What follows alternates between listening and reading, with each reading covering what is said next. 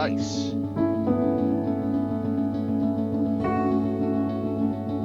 Enjoy. Just making sure you can hear me.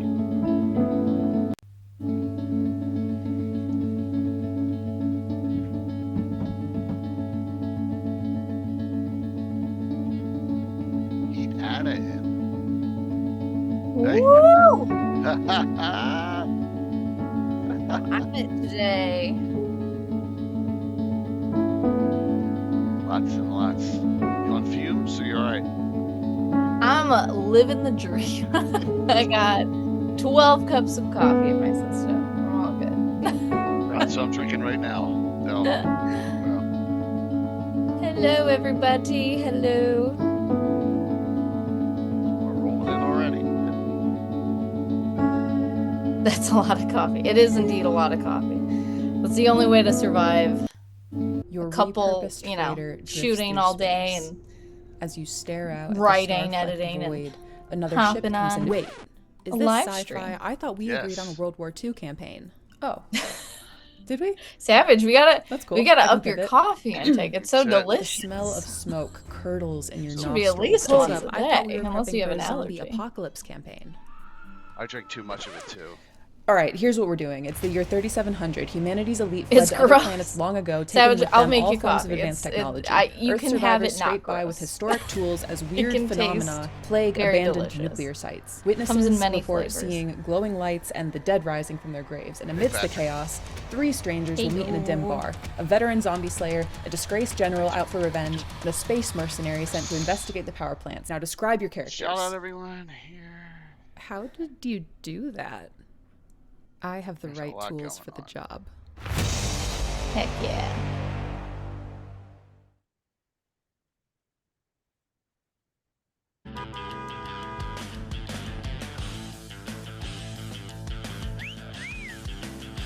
I think everything is good. All my rechecks are done. I think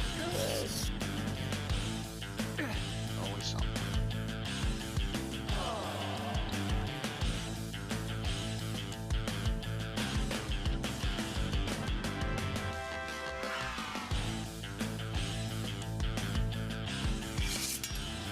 Ah, Yeah, I know. I probably got a long real work week coming up too. Which Oh, I'm yeah. looking forward to. But you know, it's life. that's life. It's life exactly. That's what the people say. Got a lot of traveling to do, but not too far. Yeah.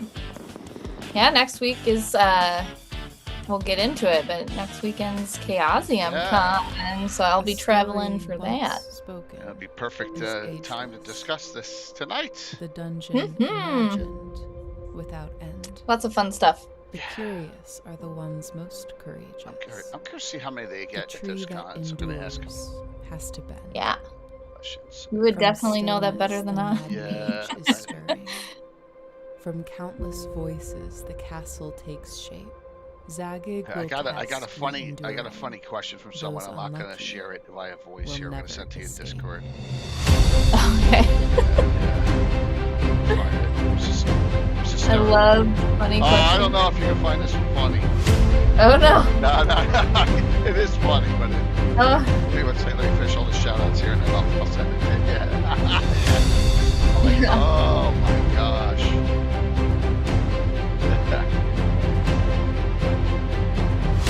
yay! You're still alive.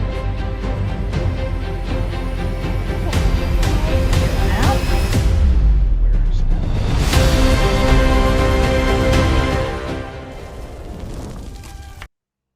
oh. Figure out where Anna is. So we're early still. Alright, let me send this to you.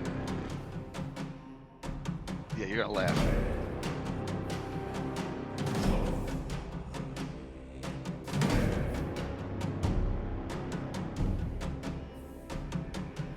I'm waiting. Yeah, I'm typing it. The anticipation's killing Oh, me you're gonna right laugh. now. You're gonna laugh. This is an exact quote.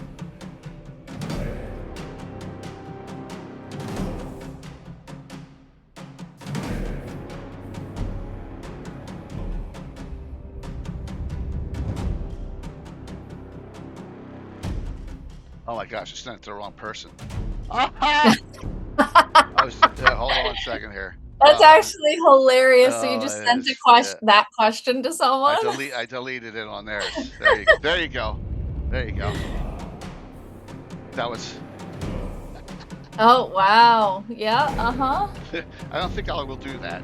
Yeah, I wouldn't. I would not advise that. No, it's funny though. It's such a low blow. That's such a low blow. Well, that's, yeah, So something. dumb.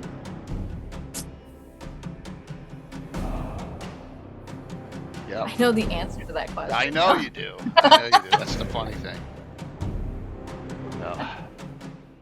Oh, thanks, Gianna. Hope you're doing better.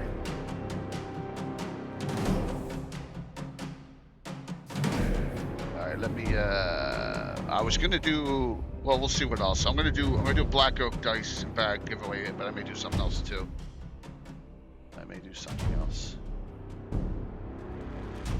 Just wait and see. POV, I had 30 minutes before my campaign group showed up, and I was minimum, totally that's- unprepared. I grabbed my Ready Set Encounter box and boom, everything I needed for an epic session. Adventure hooks, map Yeah, tiles, boxes do loot that. tables, At least- stat at least blocks, and that's- at least miniatures, you're on those. all ready to go. My players still think I spent hours planning our Great Dragon encounter. If you're a busy dungeon Gotcha, master, Dale. get Ready Set Encounter live now on Kickstarter. POV, I had 30 minutes before my campaign group showed up, and I was totally unprepared. I grabbed my Ready Set Encounter box and boom, everything I needed for an epic session. Adventure hooks, map tiles, loot tables, stat blocks, and miniatures, all ready to go. My players still think I spent hours planning our Great Dragon encounter. Santa? If you're a busy dungeon master, get Ready Set Encounter live now on Kickstarter.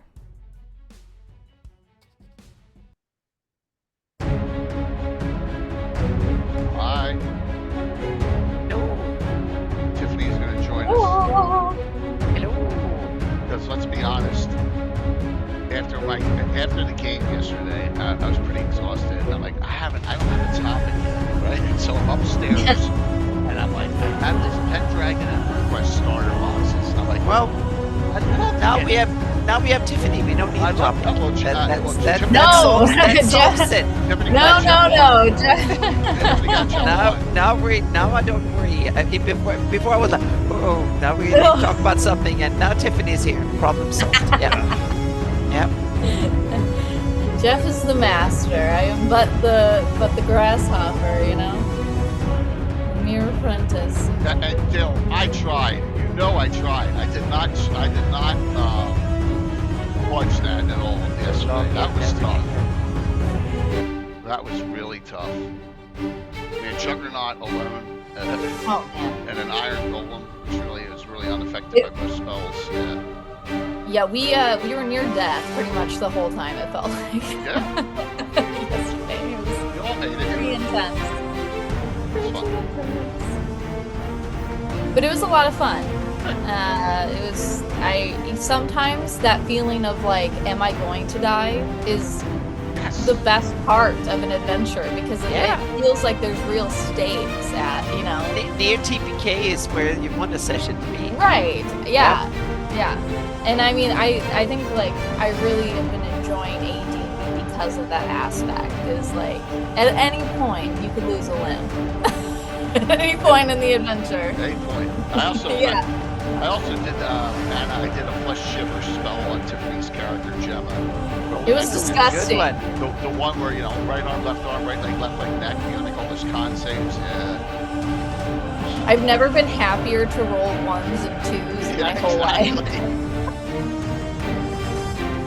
They do. So these dice, I swear they just bring me a lot of good luck. I mean, they roll poorly on an occasion, obviously, too. But, like, majority of times, I feel very blessed that they roll, like, 13, 12s or higher on an average, right? Right. And it, you know, it's just very nice. They were gifted to me That's good. by Nordic Skulls, so, Awesome. yeah.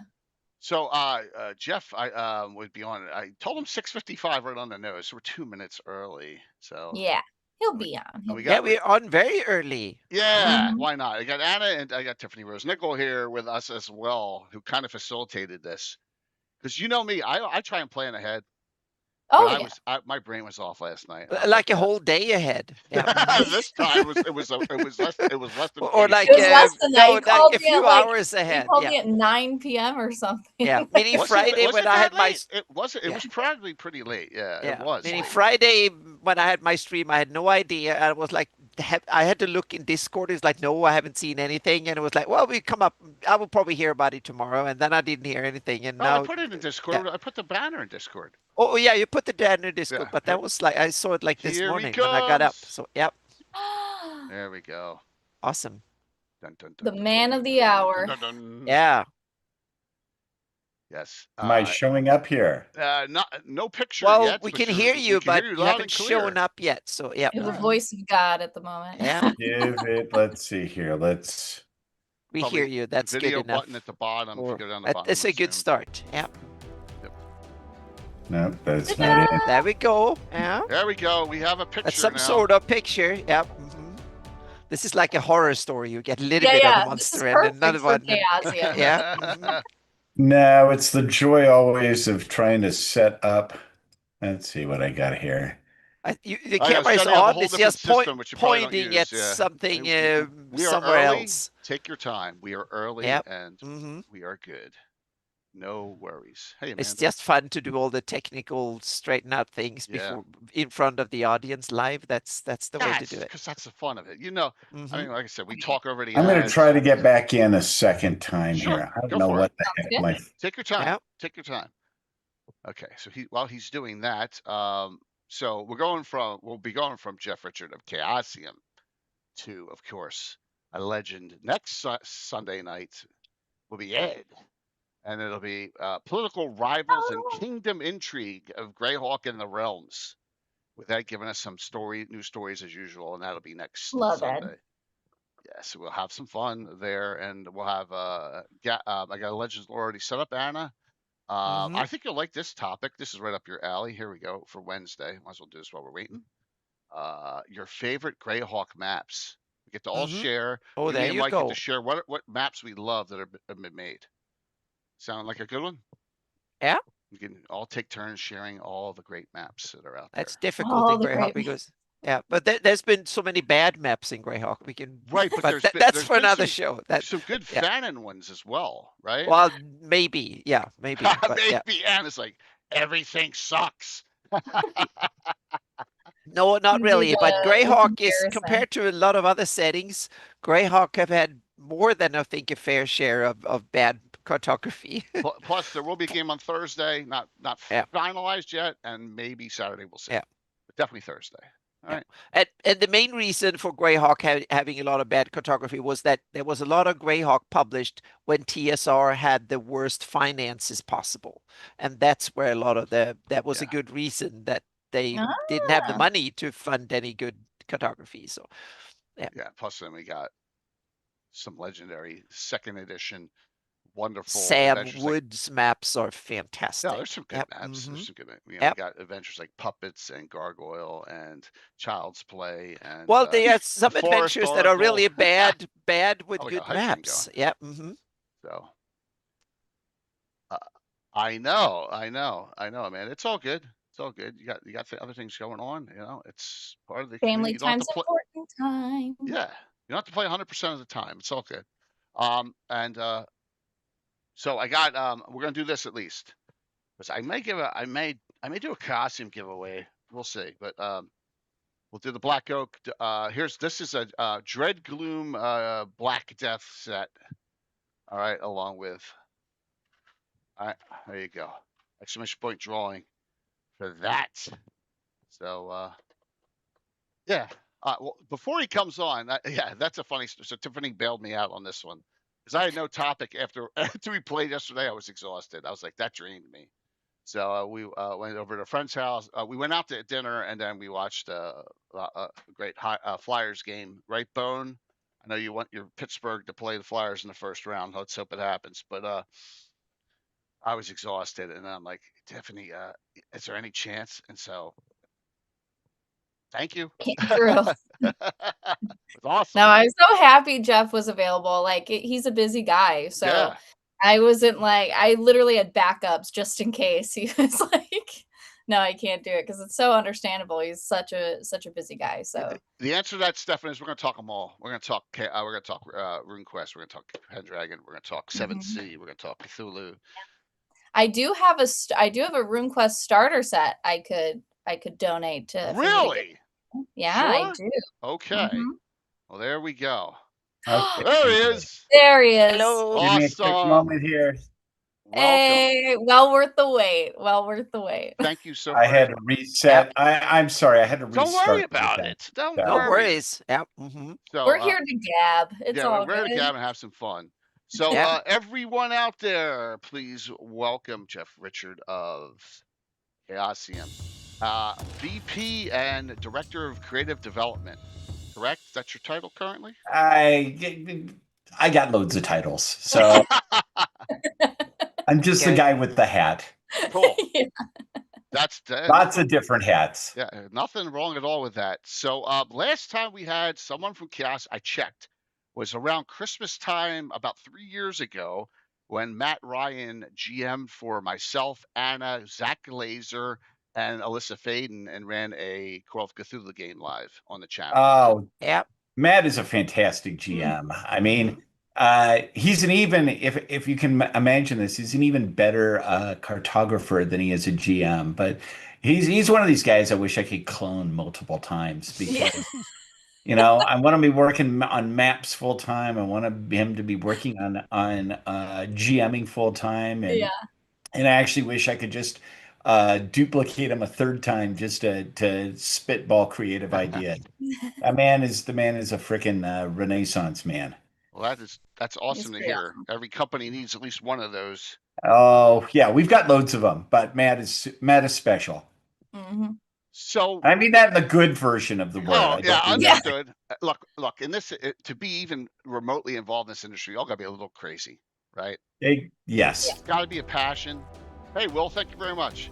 It's got to be a passion. It's got to be a love. For like I said, for me, I still have a real job. Anna's job's just map. Anna's got her map making full time. And her Patreon and stuff. But we do this because I do it because I don't do it for the money. That's for sure. Yeah. Yeah, I do it for both. Yeah, I mean, well, I deserve. I need a little bit of money so I can keep doing it. That's the that's.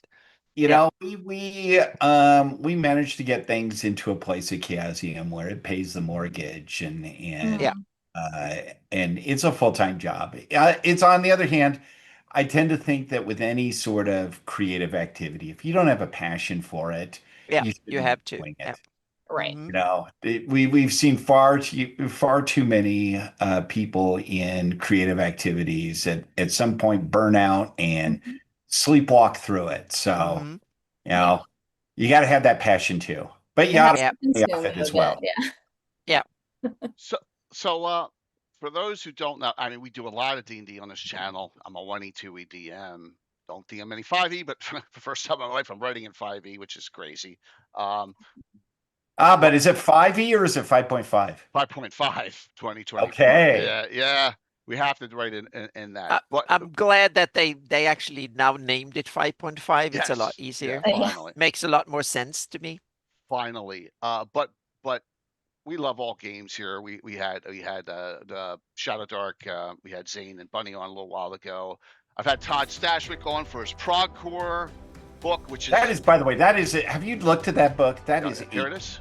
I haven't. I've only held it at GaryCon briefly, and I will get mine in the mail when they. I was telling Todd, came up. He and his team did such a fantastic job on the look of that book. It really is fantastic, and it's the really nice thing about it is open that up and look at the font size. Yeah, it's pretty. Yeah, it's not small. It's 12. Yeah, it's 12, man. I can read it easily in my age. We can read it. That that is my number one gripe about literally every written product in this age is it's us old folk reading. So why the hell don't we make books that we can read? Look at this. The guy that's summoned inverse. Yeah. inside What too. in Yeah. 10 years that will be like 18 or something. Yeah. Yeah. It will go up and yeah, Oh it will be crap. bad. Oh well, I just something fall off the table. No big deal. So well, thank you for coming on such short notice. I want to say thank you, Tiffany, for being the great person that you are. Jeff came on in super short notice. Now I have these that I got from Gary Gorgeous Kahn, books. and I'm going to open them live as we talk about them when we get to that point, just to see what's inside them, just for everyone who hasn't had a share of these, because these are out of all of them, these are the two that would really interest me the most. Arthurian role playing and a medieval style D&D type role playing. I'm interested to check these out, definitely. But let's start from the beginning. Company is actually what, 52 years old now? 50, depending on whether you base it on when Greg started up as the DBA, when he started Yep. working on his first board game, or when we incorporated in the state of California, but a little bit over 50 years old is safe. We celebrated our 50th anniversary last year but like everything in this, it's the even the starting date. It depends on what you want to call the start. Right. You know, the origin of the company really comes out of Greg was trying to get fantasy stories published back in the early 70s. He had dropped out of, he had a very classic West Coast California story. He went to Beloit College and was in their mythology and psychology program. Absolutely loved it. The professor that was the head of his program retired. He said, "Screw this. I'm gonna, there's nothing else they're gonna teach me that's of any interest. So I'm gonna go to San Francisco in 1968, and I'm gonna go to the Summer of Love." And he got immersed in the California counterculture and the science fiction scene up there in Berkeley, and tried to publish fantasy short stories. And of course, in the late 60s, early 70s, fantasy was dying. Other Yeah. than Michael Moorcock, you didn't have really anyone being able to get, and even Moorcock was having trouble by the 70s.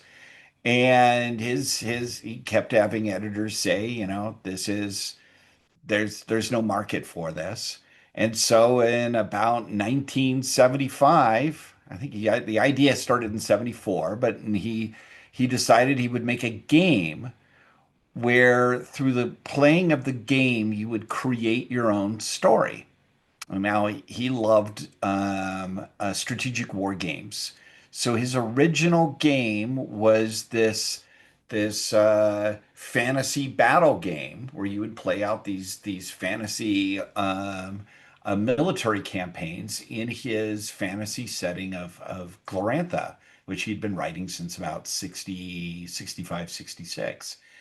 And he had never heard at this point of a tabletop board game. So he kind of came to the same place that Gary and Arneson were coming through with tabletop, except instead of it through minis, he was coming it through those old chit style Avalon Hill strategic games. Was he And was he a fan of Divine Right, or is that just right after that that Divine time? Rights later. Yeah. This is Yeah. actually this is 75. Yeah. Okay. So this is so he came out with this game called White Bear Red Moon, and he was trying to figure out, well, I've got this promising offer to be a belt buckle salesman, because it's 75 in San Francisco. People dug big belt buckles. Or I can gamble, and I can throw everything but limited resources I have, and I will try to publish a game. And in a very typical Chaosium fashion, he went to the local tarot card reader there in Berkeley, and I think That's the somebody, obvious decision, Wow. when you're making big life. as one does.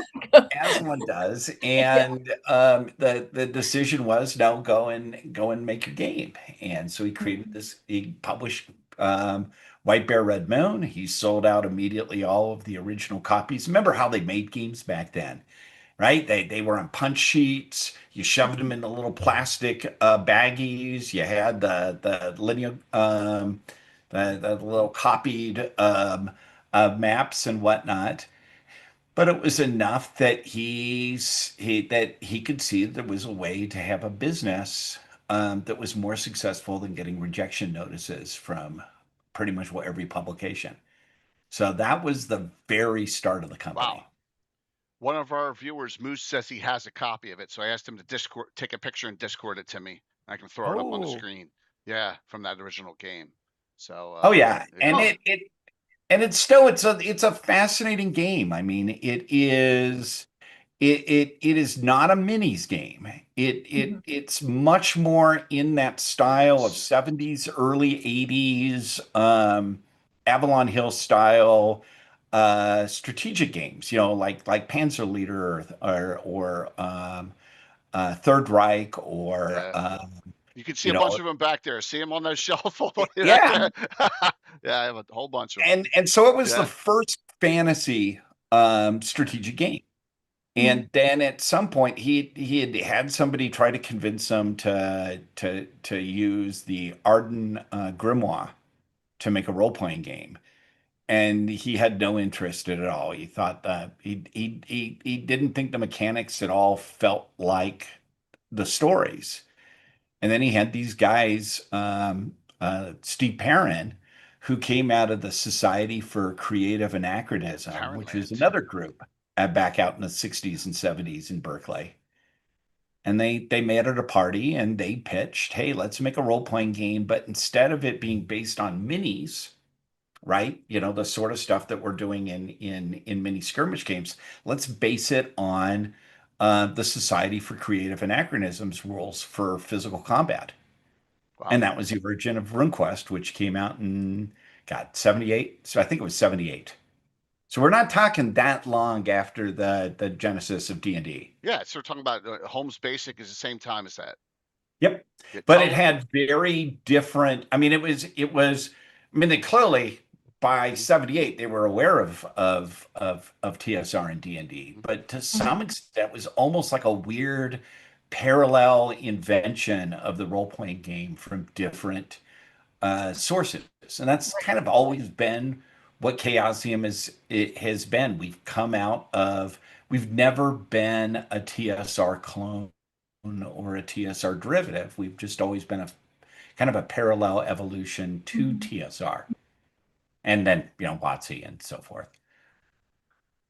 I'd say one of the really cool things is like someone who's written in both and like played in both and GM'd in both is that they are very singular games. I wouldn't say there's a lot of crossover between the two. And I mean, you can force a parallel and be like, oh, well, you know, cults are like your class, right? And you can try to make those parallels, but they feel very individual in the sense. And RuneQuest, you know, has become a very beloved game for me, you know, and it's one of those things where it was like, it's because of the detail and the nuance of the game, of the cults and of the world that it's based in and the combat. You know, it just. Oh, and you got to admit the combat is fun, Tiffany. I mean, it's so much fun. At first, I was like, I don't know about it, but then I started playing it, and then I was like, okay, I actually really like this.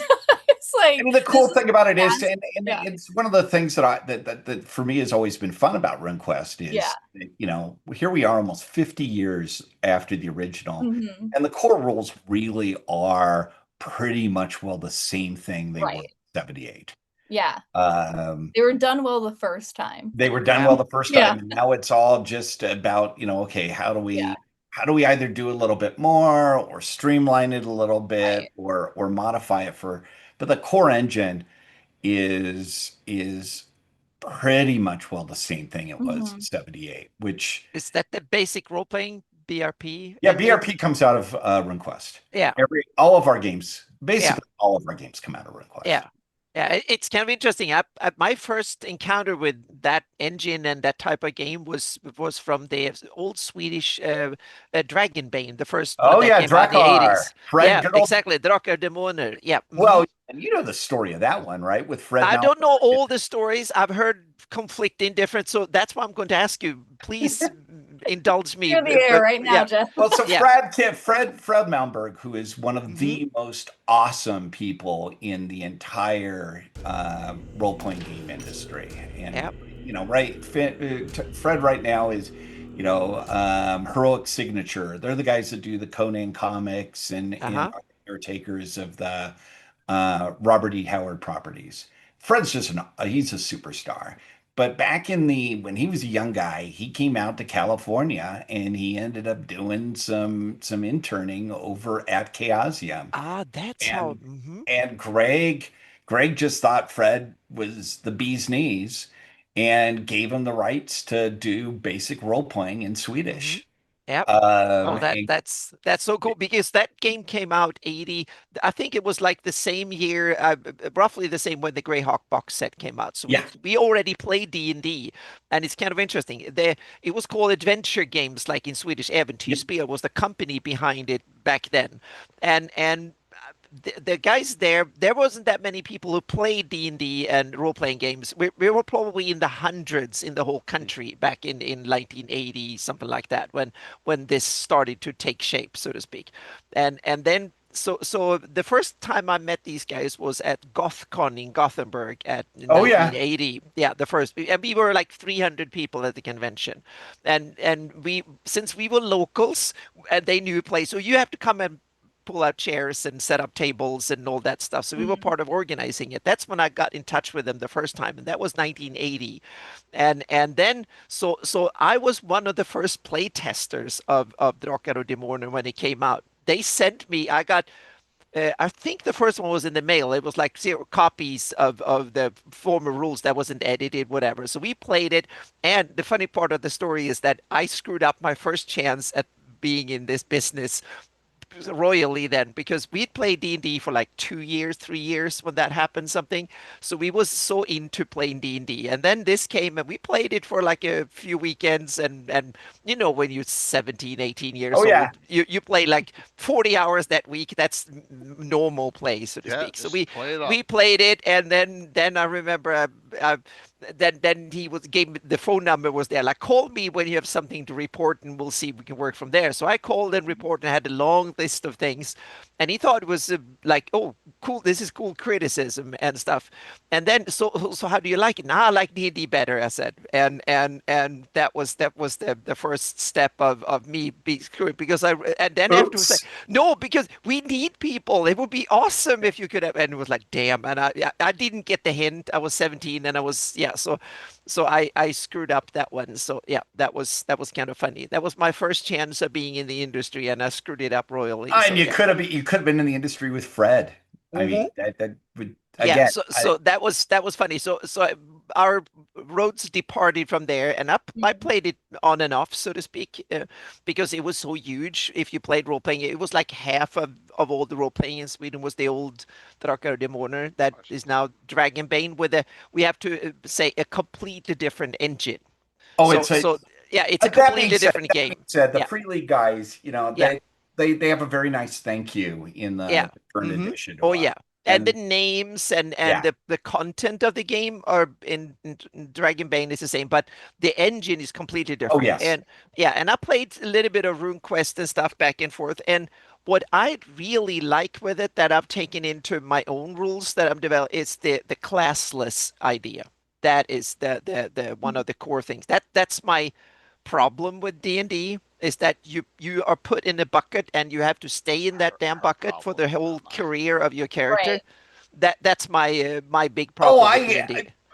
I Yeah. mean, when we're talking about that, you're preaching to the choir on this. I mean, Yeah, yeah. I That's started my yeah, I started with D&D back in the 70s. yeah.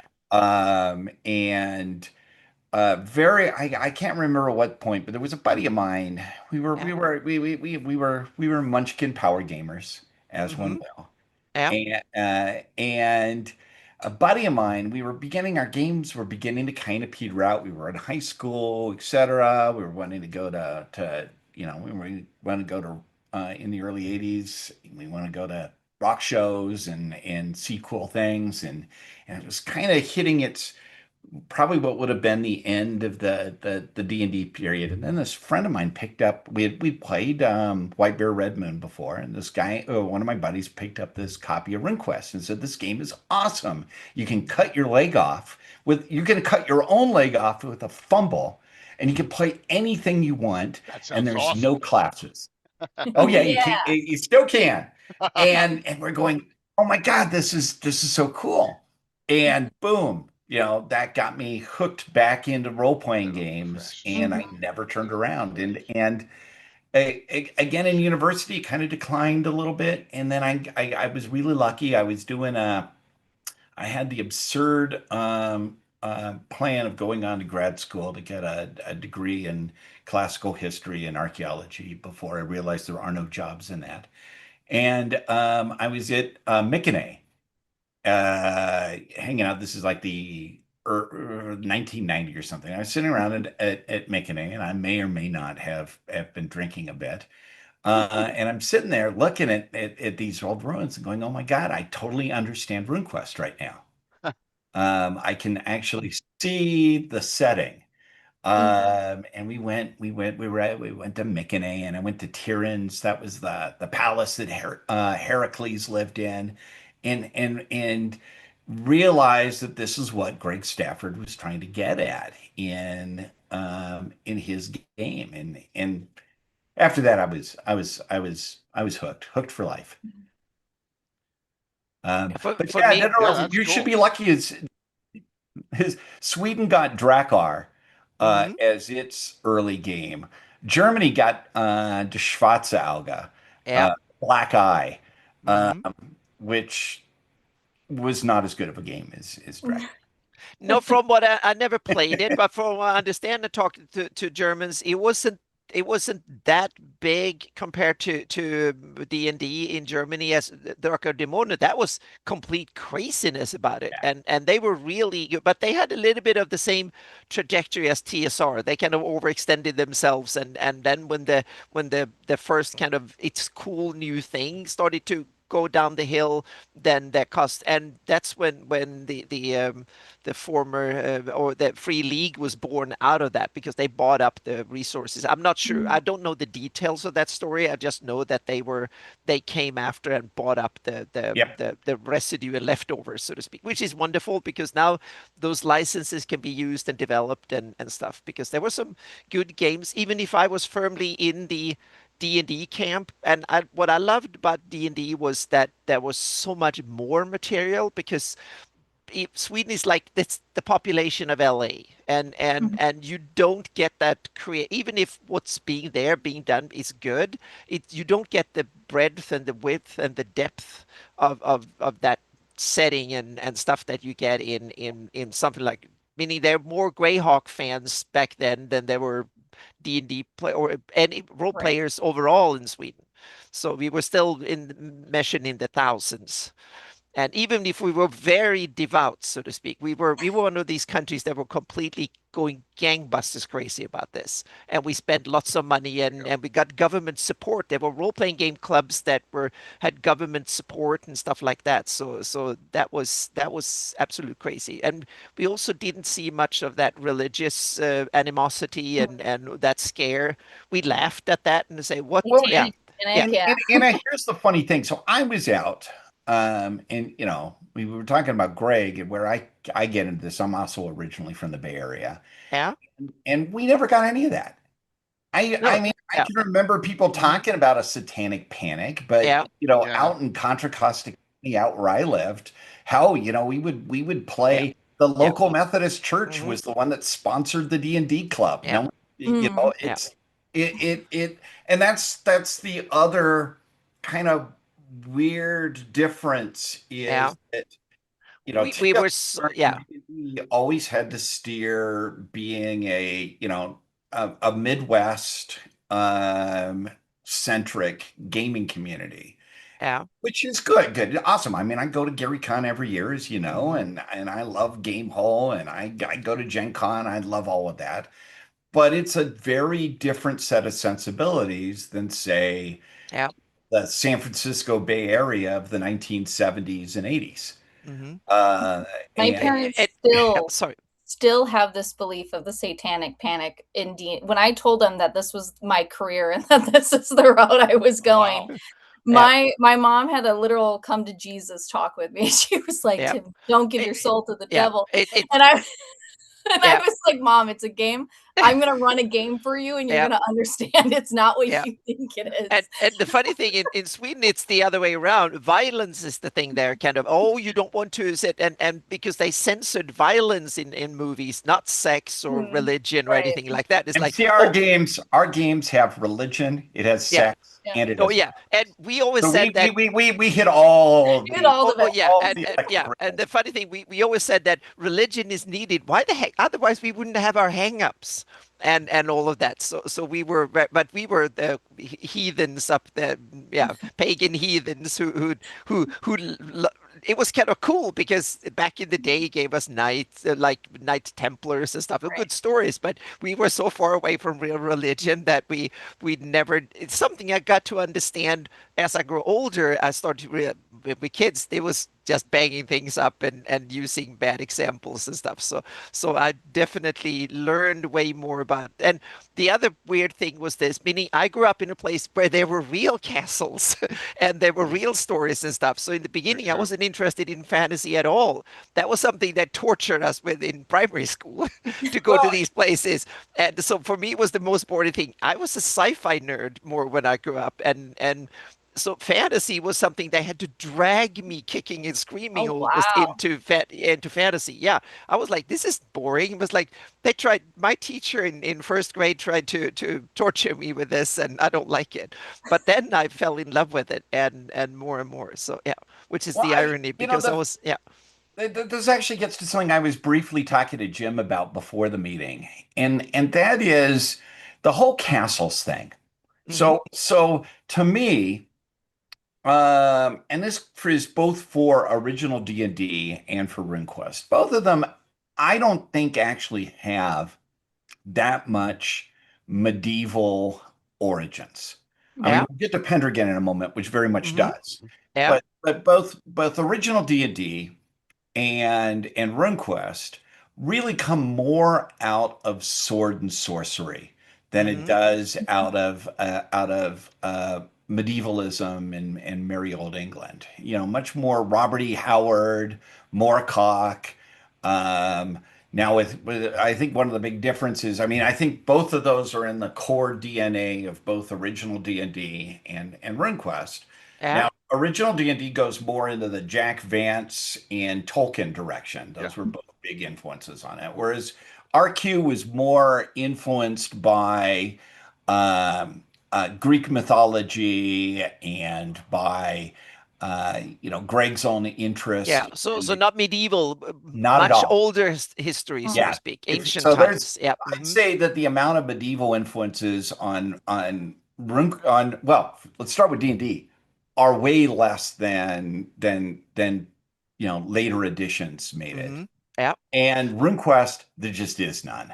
I Yeah. mean, other than Greg was a giant fan of the old the Icelandic sagas, Hmm. which are just awesome adventure stories, anyways. I mean, Oh Harry yeah. Yeah. Hardrada is a player character, Hmm. Yeah. uh, and And you have it's a game for it. we Yeah, do. we I got mean, we that on the love list. the, Yeah, but yeah. um, at some point it moved much more to There it is. with particularly with D&D it the setting became more the trappings of a generic um medieval fantasy as There you opposed to go. the more gonzo stuff Hmm. of the Yep. and it's the reason, Jim, I agree with I prefer personally I prefer first and second edition. I think it's more gonzo. It's got more of that sword and sorcery, which scratches an itch for me that I don't think is as present in in 5e. But on the other hand, I know Mike Merle's a very good friend of mine, and a co-writer of mine. So I Oh, certainly fantastic. understand the. Yeah, I mean, I I think Mike is awesome. Um, so I certainly get the appeal. It just doesn't scratch the right itches for me. I mean, my games are Runequest, Call of Cthulhu. I loved Stormbringer, which was, Michael Moorcock's one of these guys. It's an absolute criminal shame that he's not part of the current canon of modern fantasy. I mean, Yeah. everybody ripped Mike off for most of their best ideas. Hmm. I love Age of Vikings. I love doing goofy things with role playing games. I ran a Dirty Harry Bullet and Streets of San Francisco inspired. Bullet, that's awesome. But man, Steve Steve McQueen. McQueen. Yeah.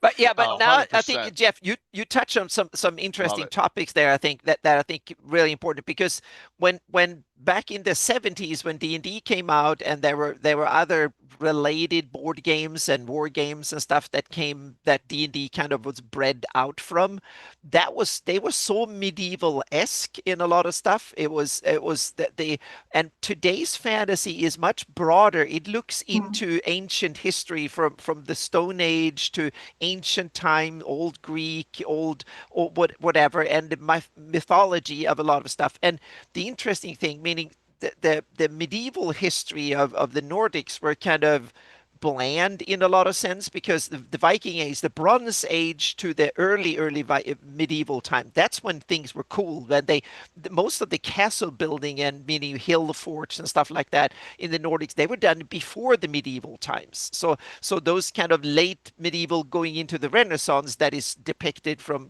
the tournaments and all the stuff we know, that is kind of then the Nordics were already a wasteland from being overextended during the Viking Age and stuff. So it's interesting that today's fantasy is broader, both in the time they inspired from, but also they now are much less creatively constrained. You can take all sorts of cool stuff. And I'm yeah, not sure, Anna.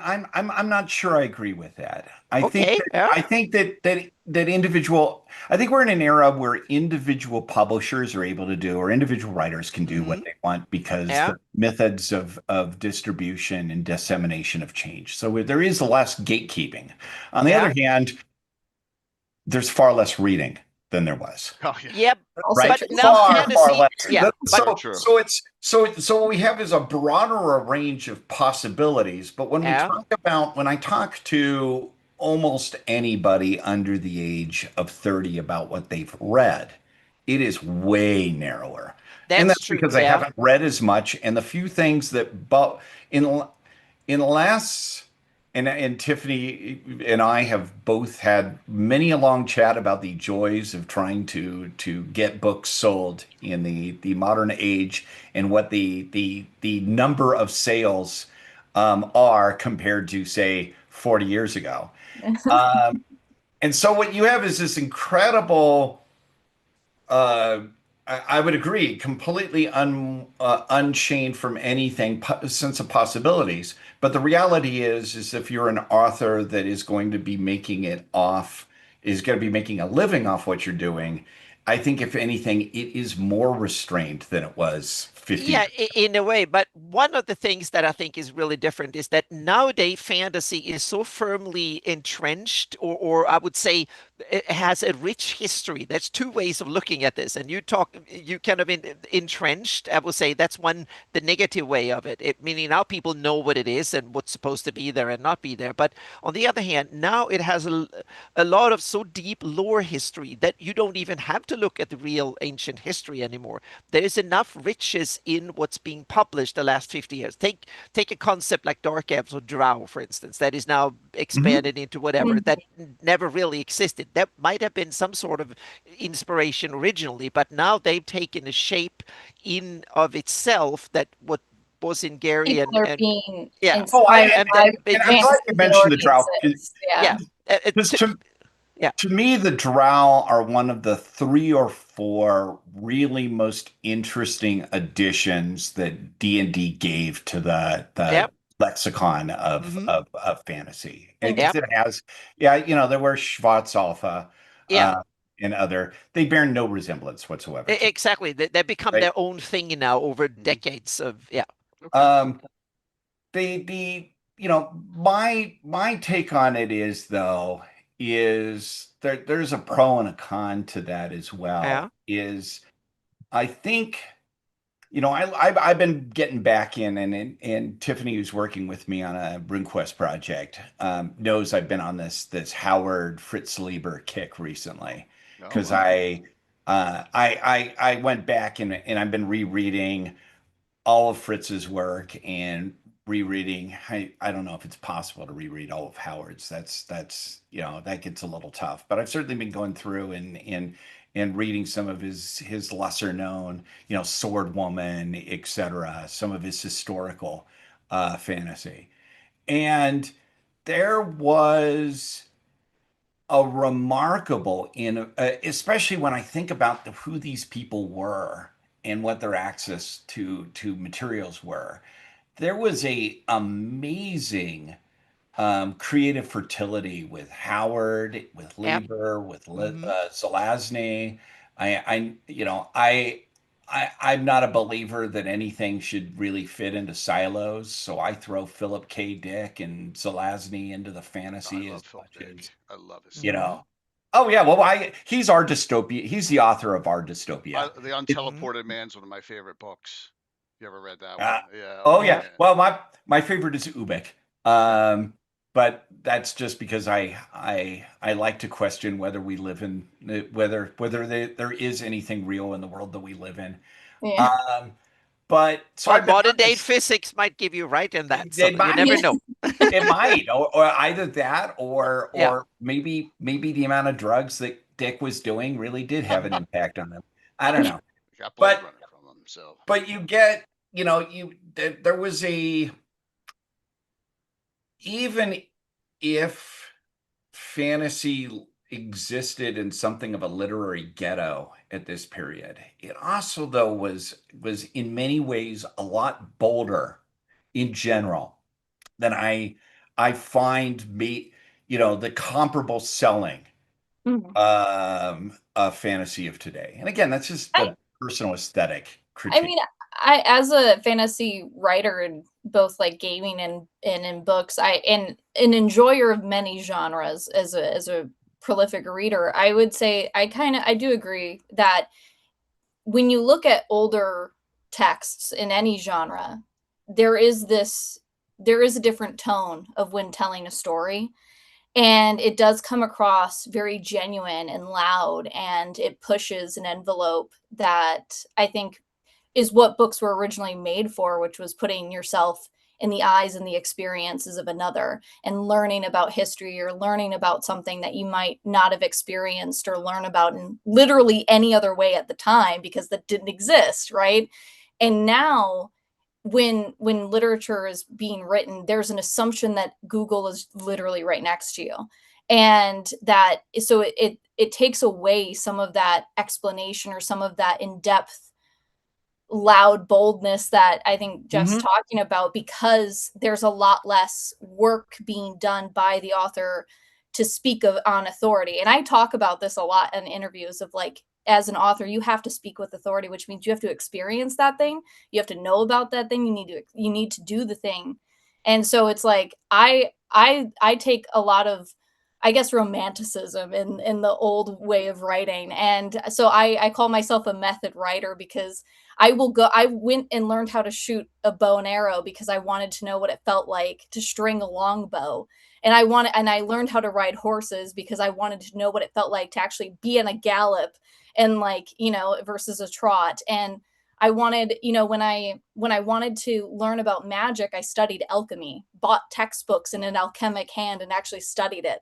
And wow. I think that has been lost in the newer age because we and you have a point too, Anna, is like there's so much inspiration that's coming from fantasy texts that new authors and this new generation of writers are taking inspiration from. And that's beautiful, because life is all about being inspired and gathering what you can and wanting to create something from that, right? And so I think there's like both points in this, is that new age writing isn't isn't like old writing, because it's lost some of that experience and authority and boldness, and And it's also taking it's on the inspiration from new, or from the old text instead. and its connection to, well, you know what, I'm just going to call texts, Mm, foundational texts. So like to me, yeah. fantasy, you got a couple of early writers. They're not really the core. Even Howard Mm, and Dunsany and Tolkien are not really the foundational writers for fantasy. For me, the foundational writers are Homer. Yeah, the They're Odyssey. they're they're The Iliad. yeah. Yeah. they're the Tane. They're the Yeah, the Icelandic family sagas, Hmm. right? yeah. These are the Beowulf. they're Mallory, Beowulf, Yeah. exactly. They, Yeah. they they are the Yeah. Gesta. They But are, don't you and see like Tolkien and others, the fathers and or the ones that created modern fantasy in that sense? That correct. But yeah, as a writer, what I see an awful lot of is that we've built up enough of a strata of yeah, writing on top of the earth sources that we rarely go down to to those foundational yeah. sources. And I Right. think our writing is richer when we go and we hit that original wellspring. You So should definitely go back there from time to time, and yeah. that too. I think that's true both for the like stories and things like Homer and Iliad, or the Mm, sagas from Snorri Sturlason in Iceland and stuff like that. But then you also have the history itself, which I think it's really cool, because now history research have found so, but we know so much more of right. human history past, meaning we knew fairly well up until like year 1500. Now we know way more from 2000, 5000 years ago. That is really cool. So Oh yeah. No, I yeah, absolutely agree. I mean, yeah, I lived so in that, yeah, it's interesting. There are more dimensions to that Oh that you yeah. can use as an inspiration when Hmm. nowadays. Yeah. when I went out, I used to live in Berlin for 15 years, and Yeah. my wife and I would go down to Freiburg in Sachsen, Hmm. not the Freiburg out in Baden-Württemberg with all the nice saunas and spas and whatnot, but Freiburg's this little tiny little medieval village with a Renaissance castle above it and a crazy mad Hmm. scientist's observatory that he built in the castle. I mean, I swear It's this thing amazing. is I know I've looted the location a few times for game ideas, Hmm. and it's got this great wine festival. But it was an area that had been settled and inhabited, and had been part of trade networks since the Neolithic. And there's this Bronze Age find that they found about 20, again, I want to say 25 years ago, but it's probably closer to 30, called the Nebra Sky Disk, which is this bronze plaque with some Hmm. bits of gold on it that Yeah. is a uses the Pleiades constellation to help point out when the various equinoxes are going to be, which help you determine when you should sow your seeds and when you should harvest them. And it's got to be from about, I think it's from about 1400 BC. It's Yeah. quite Something like that. Yeah. sophisticated, That was and the one they found in Greece on in one from a boat No, this in. is Oh, Germany. no, you're thinking the You're thinking of the antique one with all oh, yeah. Dura Hmm. mechanic. yeah, Yeah. No, Sorry. this Yep. is this is a Bronze Age little plaque, Okay.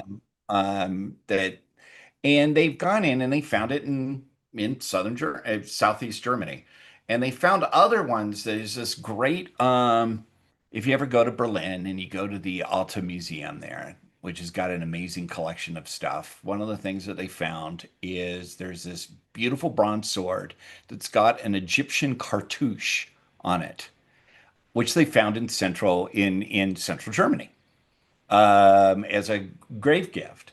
And every time I see that, I think, God, imagine the story of this guy. Was he like a mercenary that, left his village and traveled and made his way all the way to to the New Kingdom, Egypt, and fought as a mercenary? How cool would these stories be?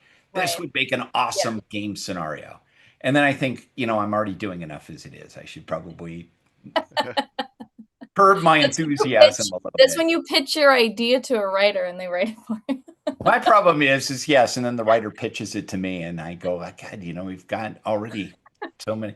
But the other one I want to talk about that I mean, everybody knows this for Call of Cthulhu, and I love Call of Cthulhu, absolutely love it. It's one of my absolute most favorite games to run and play. But one of the ones that really y'all should check out is Pendragon, which is the game. I'd say it's our most radical art experiment that we ever did as a company. And it's Greg's man. I mean, Runequest and the Glorantha setting is Well, let's Greg's. open this up. Yeah, open it up, man. Yeah. I know you were opening up Runequest and I didn't comment That's on it. And okay. It's all good. We can get back to it. Look, these are the way these discussions go, and this is awesome and deep, and everyone's enjoying it, and it's fine. Let it roll. Things can flow. I was going to try to find, while you open that up, I'm going to try to find my Tiffany, because we're gonna we were give getting away a into RuneQuest books. box too, right? I got the Yes. shipping on it. Yep. All right. So in addition to the Black Oak dice and bag set, we will give away one of these RuneQuest starter sets to Please Be in the Continental U.S. All right. And with that, I got some shoulder gift certificates if you win. So so we're doing that as well. So we got 2 giveaways so far tonight. All right. Pendragon. I gotta read this comment. Please. For Jeff. It says Gloranthia is a great world with lots of depth and culture as world building. It may surpass GREYHAWK, but I do think GREYHAWK works better for D&D style fantasy. So I agree 100%. I agree. Yeah. Okay. So when I play D&D, I prefer my 2 favorite settings. I is basically the original GREYHAWK, and I enjoy Forgotten Realms. I think GREYHAWK to me always has a really strong side. Yes, there's the dice. It has a strong sentimental value to me. Yeah. That's all we use in Pendragon. Cool. What I was trying to find though, and forgive me while I'm looking over here, I was trying to find my copy of the original 2nd edition of RuneQuest, because it is the actual original source of Appendix N. And it came out before Appendix N, and it was labeled also Appendix N. And it came out before the Appendix N in the Dungeon Master's Guide. And you can see the difference between what Greg was being influenced by and what Gary was in that. One of Greg's big influences were stories like Gilgamesh or the Inanna's descent into the underworld, etc. Just a much heavier mythological influence. I mean, I had never heard of the Shana Ma until I bought RuneQuest. That's the big Persian epic story of Rostam, and might be the source of a whole bunch of Western stories. But so Pendragon is an amazing game, because what Greg did is he went a step further than in RuneQuest. Beautiful. Oh, it's gorgeous. Yeah. I do a lot of tournaments. And it's a blast of a game. And what you play in Pendragon is you play a knight. Hey, I want to play something else. No. Your knight. Your knight. And every character is a knight. And yet every character is often the most radically different in terms of their personality and their psychology than I see in almost any other game, because they're what makes them distinct isn't their occupation. It's their set of personality traits. And in Pendragon, your personality traits model the way that your character emotionally interacts with the world. Right. And you have full ability to do what you want with it, but then your characteristics are going to go down or up accordingly. I And it's the game where people go, you realize, hey, being stupidly brave is actually can be a really stupid thing if I'm playing a knight, because I'm gonna die doing yeah, it. rushing into Um, battle. Yeah. but boy, it's on the other hand, being a coward also sucks, because if I'm playing a cowardly character, people notice that I'm a coward, Yeah. and then I They're get a gonna bully me reputation for as a coward. it. Yeah. Um, and you get some in-game benefits Mm. from your personality traits, but you have to play it out that way. If you say, I'm playing the brave carrot, the guy who is stupidly brave and is never a coward, and then Hmm. we get you in a situation where being stupidly brave is stupid, you get to role play that. Right. And it's wonderful in this, and it's been the source of some of the coolest role-playing game opportunities I've ever had. And like RuneQuest, it's just massively influential on other games. I mean, you could see just as third edition is something of it's Jonathan Tweet's love letter to RuneQuest. Hmm. And and you can see the influence of RuneQuest and Cults of Prax on the original Vampire the Masquerade and its set of clans. I'm I, Same thing with Pendragon, is it just cast this huge influence on game design because it showed you don't need classes to make things different. Yeah. Here comes my rhetorical question. Who are your one to two best Pendragon GMs that you have, or did you know? Well, I'm gonna be unfair. That's okay. I want you to be I'm gonna pick one is Greg Stafford. Who wrote Because it? Yeah. well, Greg in general, if he ran the game, he was always one of the one or two best GMs that I ever had Yeah. in pretty much any genre. The other guy that I think is an absolutely amazing Pendragon GM, and you should bring him on your show, is David Larkins, Okay. who is the line editor for Pendragon, and just a great GM. Hmm. Really good at bringing stuff out and letting the players experience the excitement of discovering that their characters in a story they know. I mean, that's the really cool thing about Pendragon is you're it's a sandbox game and you can do what you want, but it's also the story of Arthur and Lancelot and the Right. sword and Merlin, and you know all these characters. It's a And you classic story. Yeah. yeah. And Yeah. and if you really want to be do it, you can kill Arthur or Lancelot, whatever. But no one ever does, because you want to ride that story. You want to be a Yeah. knight of the round table. You want to go You want to into be battle. next to Arthur. Yeah. Exactly. You want to go, Yeah. man, that is so cool. They pulled this, the kid pulled the sword out of the stone. Right. Who wants to be Judas, in that Oh, scenario? exactly. Kill Arthur. Yeah. Yeah. The reason I ask is this. I'm really interested in Pendragon. I'd love to have a demo game by someone from your company come on my channel. We'll pick 4 players, maybe at most. Is that the right amount? And run a game here for Pendragon. I mean, David would do an awesome job. Good. I mean, Beautiful. I'm apparently no slouch at running it, Okay, but David. I think it'd be. Fine. I'll reach out to him. Cool. But I'm I not would pick slouch, the other one I would pick, who's a fantastic Pendragon GM. He's also a great RuneQuest GM. Is Andy Cowley, who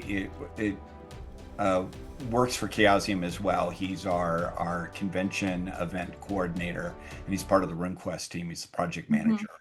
Yeah, no, he's a great GM. Yeah, he's a fantastic. Anything Chaosium, I think he does a really good job at running. He just knows the material Yeah. so well. I'll send Yeah. Tiffany out there to try and like make some connections next week. Oh, easy. Yeah, I know both the guys. So You're gonna see both of these guys on Wednesday. Yeah. That's beautiful. Thursday.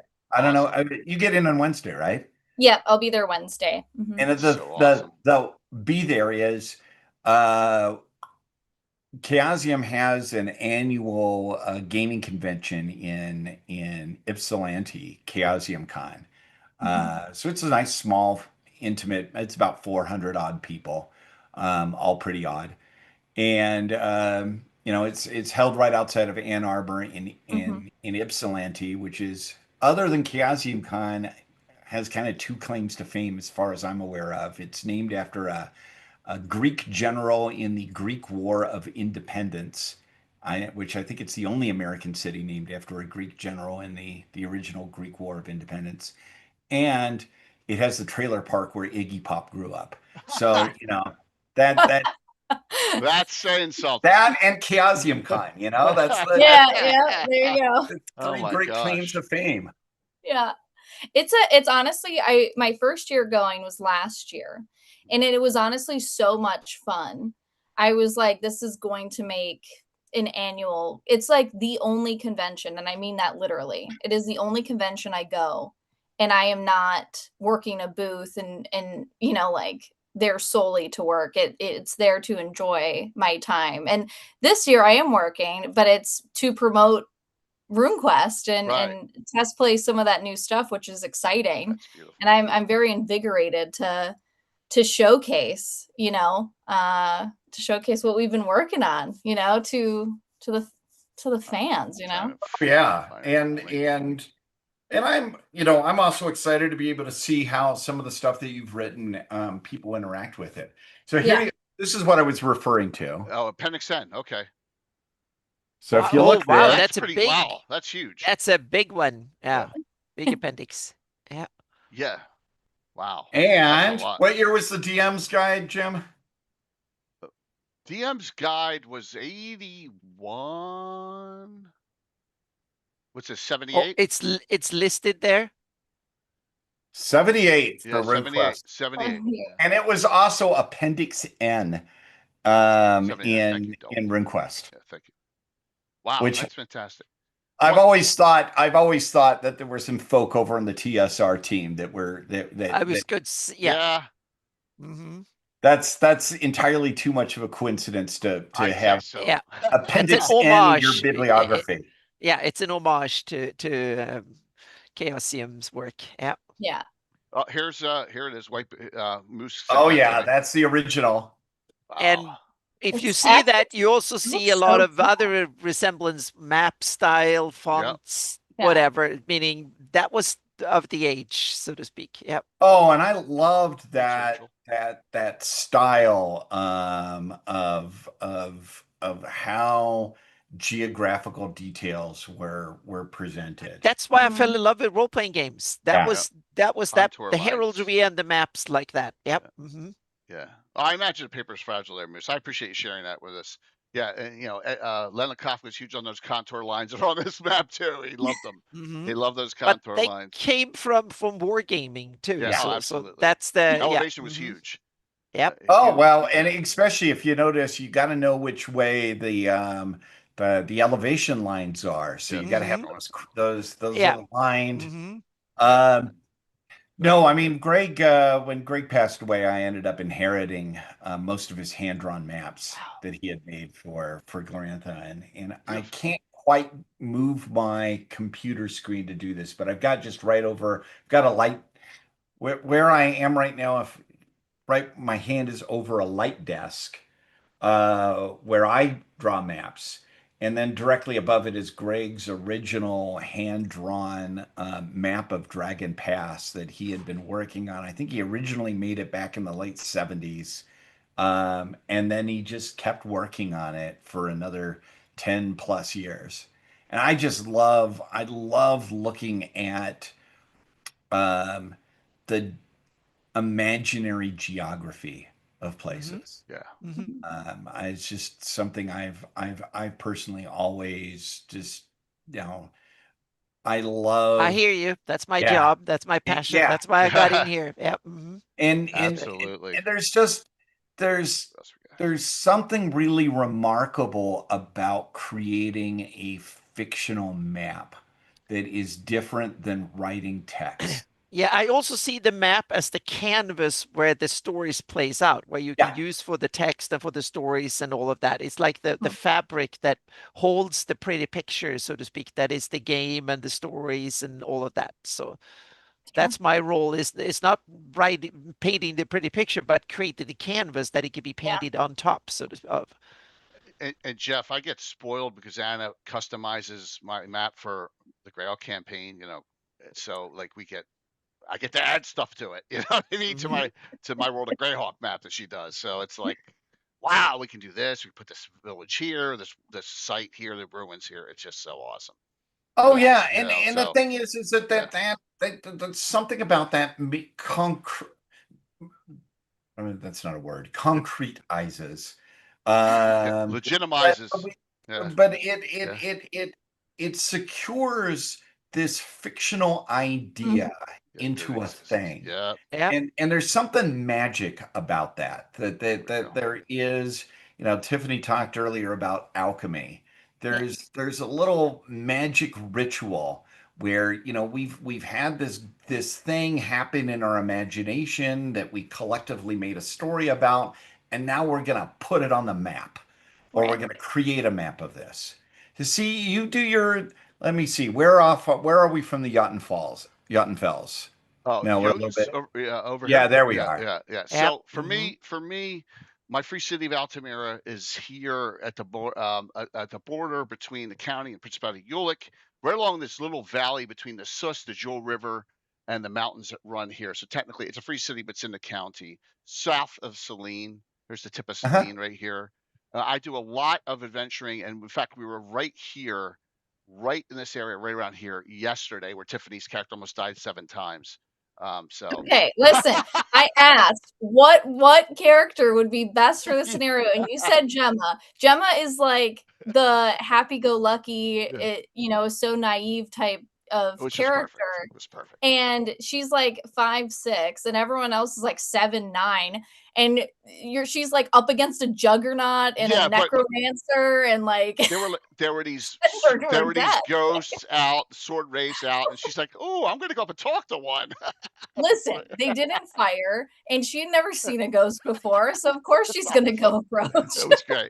We had a good See, time. the reason I was asking Yeah, is my yeah. favorite, for me, my Giants. absolute favorite part, and actually it's Here's the my jokes. favorite thing ever in D&D, is G1 through 3 Yeah. and then Descent into the Underworld.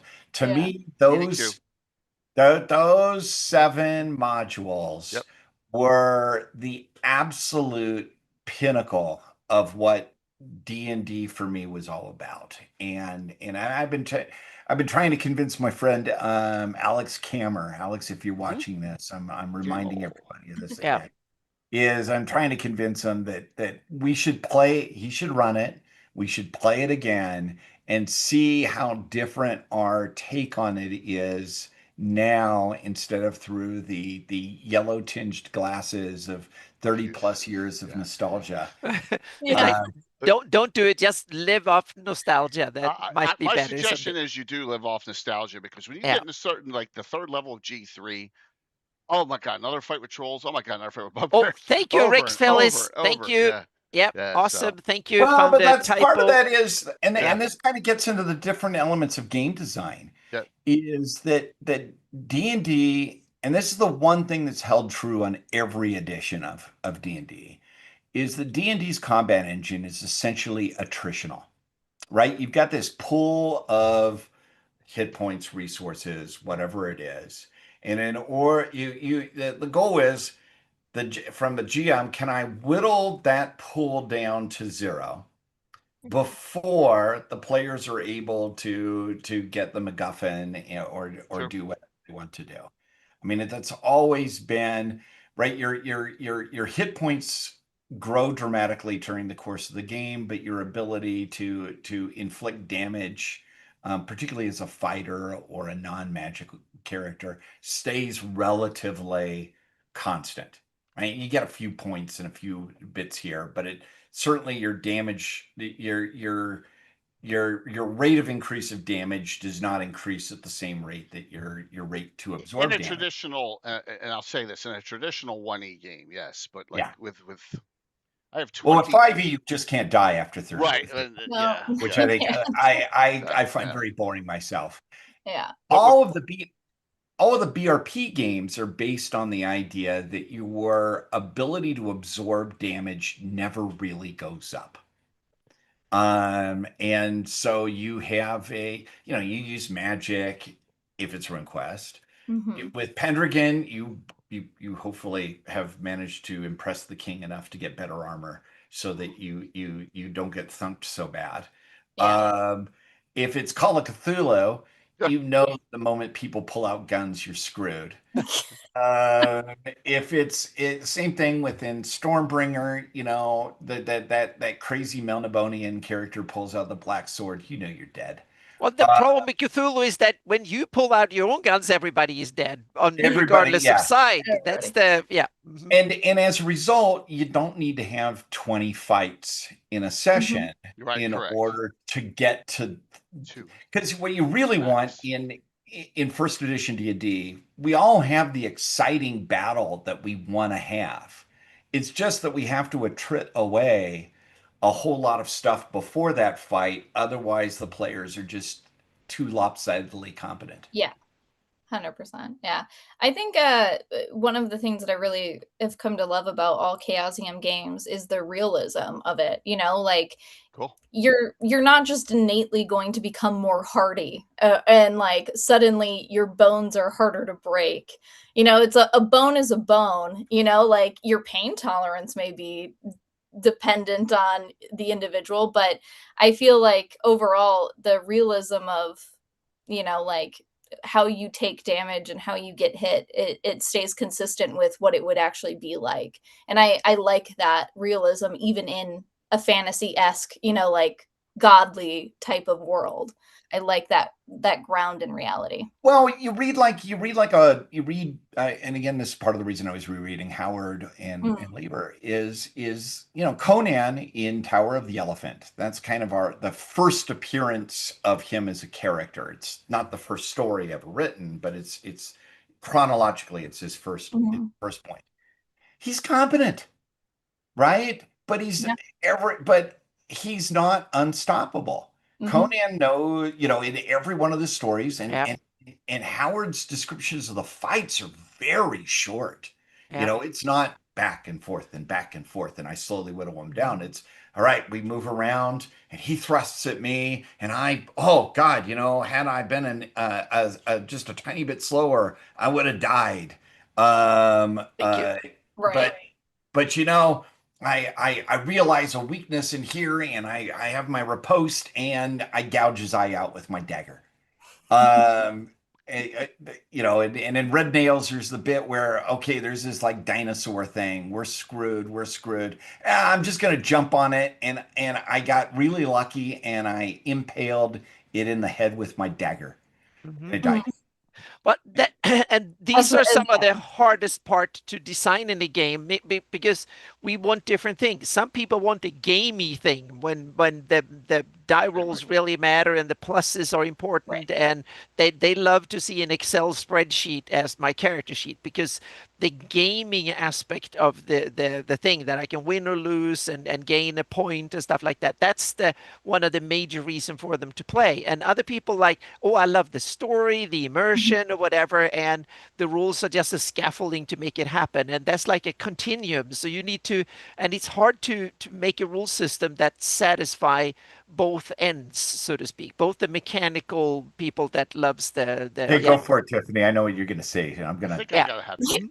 I would say I think RuneQuest actually does a fantastic job at both because you can tell a story and like have it, I think it's the GM that really sets that tone of like, okay, we're going to lean heavily into the mechanic, or we're going to lean heavy into That is true. That's the other half of storytelling. the whatever. Yeah, I mean, it rules is a tool set, Yeah. and then if you make good or bad use out of the tool set, so right. And I think when I would like the running RuneQuest for the first time, it really solidified that in my mind of like, this is a really good system, that it has the realism there for players who want that gritty, grungy, like very like realism in its mechanics, but it also has such immense storytelling potential. Once you get past that really what people perceive as this heavy gate of lore that's in front of them. And I think like taking that out of it and kind of just presenting the world in a sandbox in Glorantha, wherever it may be, I think that provides such scope for storytelling. And I think it's the GM that helps facilitate that. That great points. And now I want to defend the D&D and classes a bit, even despite the fact that I don't like them for my own game. Oh yes, yeah, and because I think there's a couple of good cases for classes. One, it's easy to learn the game because you classes are basically you play the stereotypes, and it's easy if you know nothing about it. It's easy. Oh, I want to be. Hold on, Anna. Okay, there you go. Yeah. I'm going to interrupt for a second. Oh, no, please. It's okay. All right. Awesome. I just want to go in. Here I have my. I'm sure you're. Oh, there you go. Yeah. Let's just go in. All right.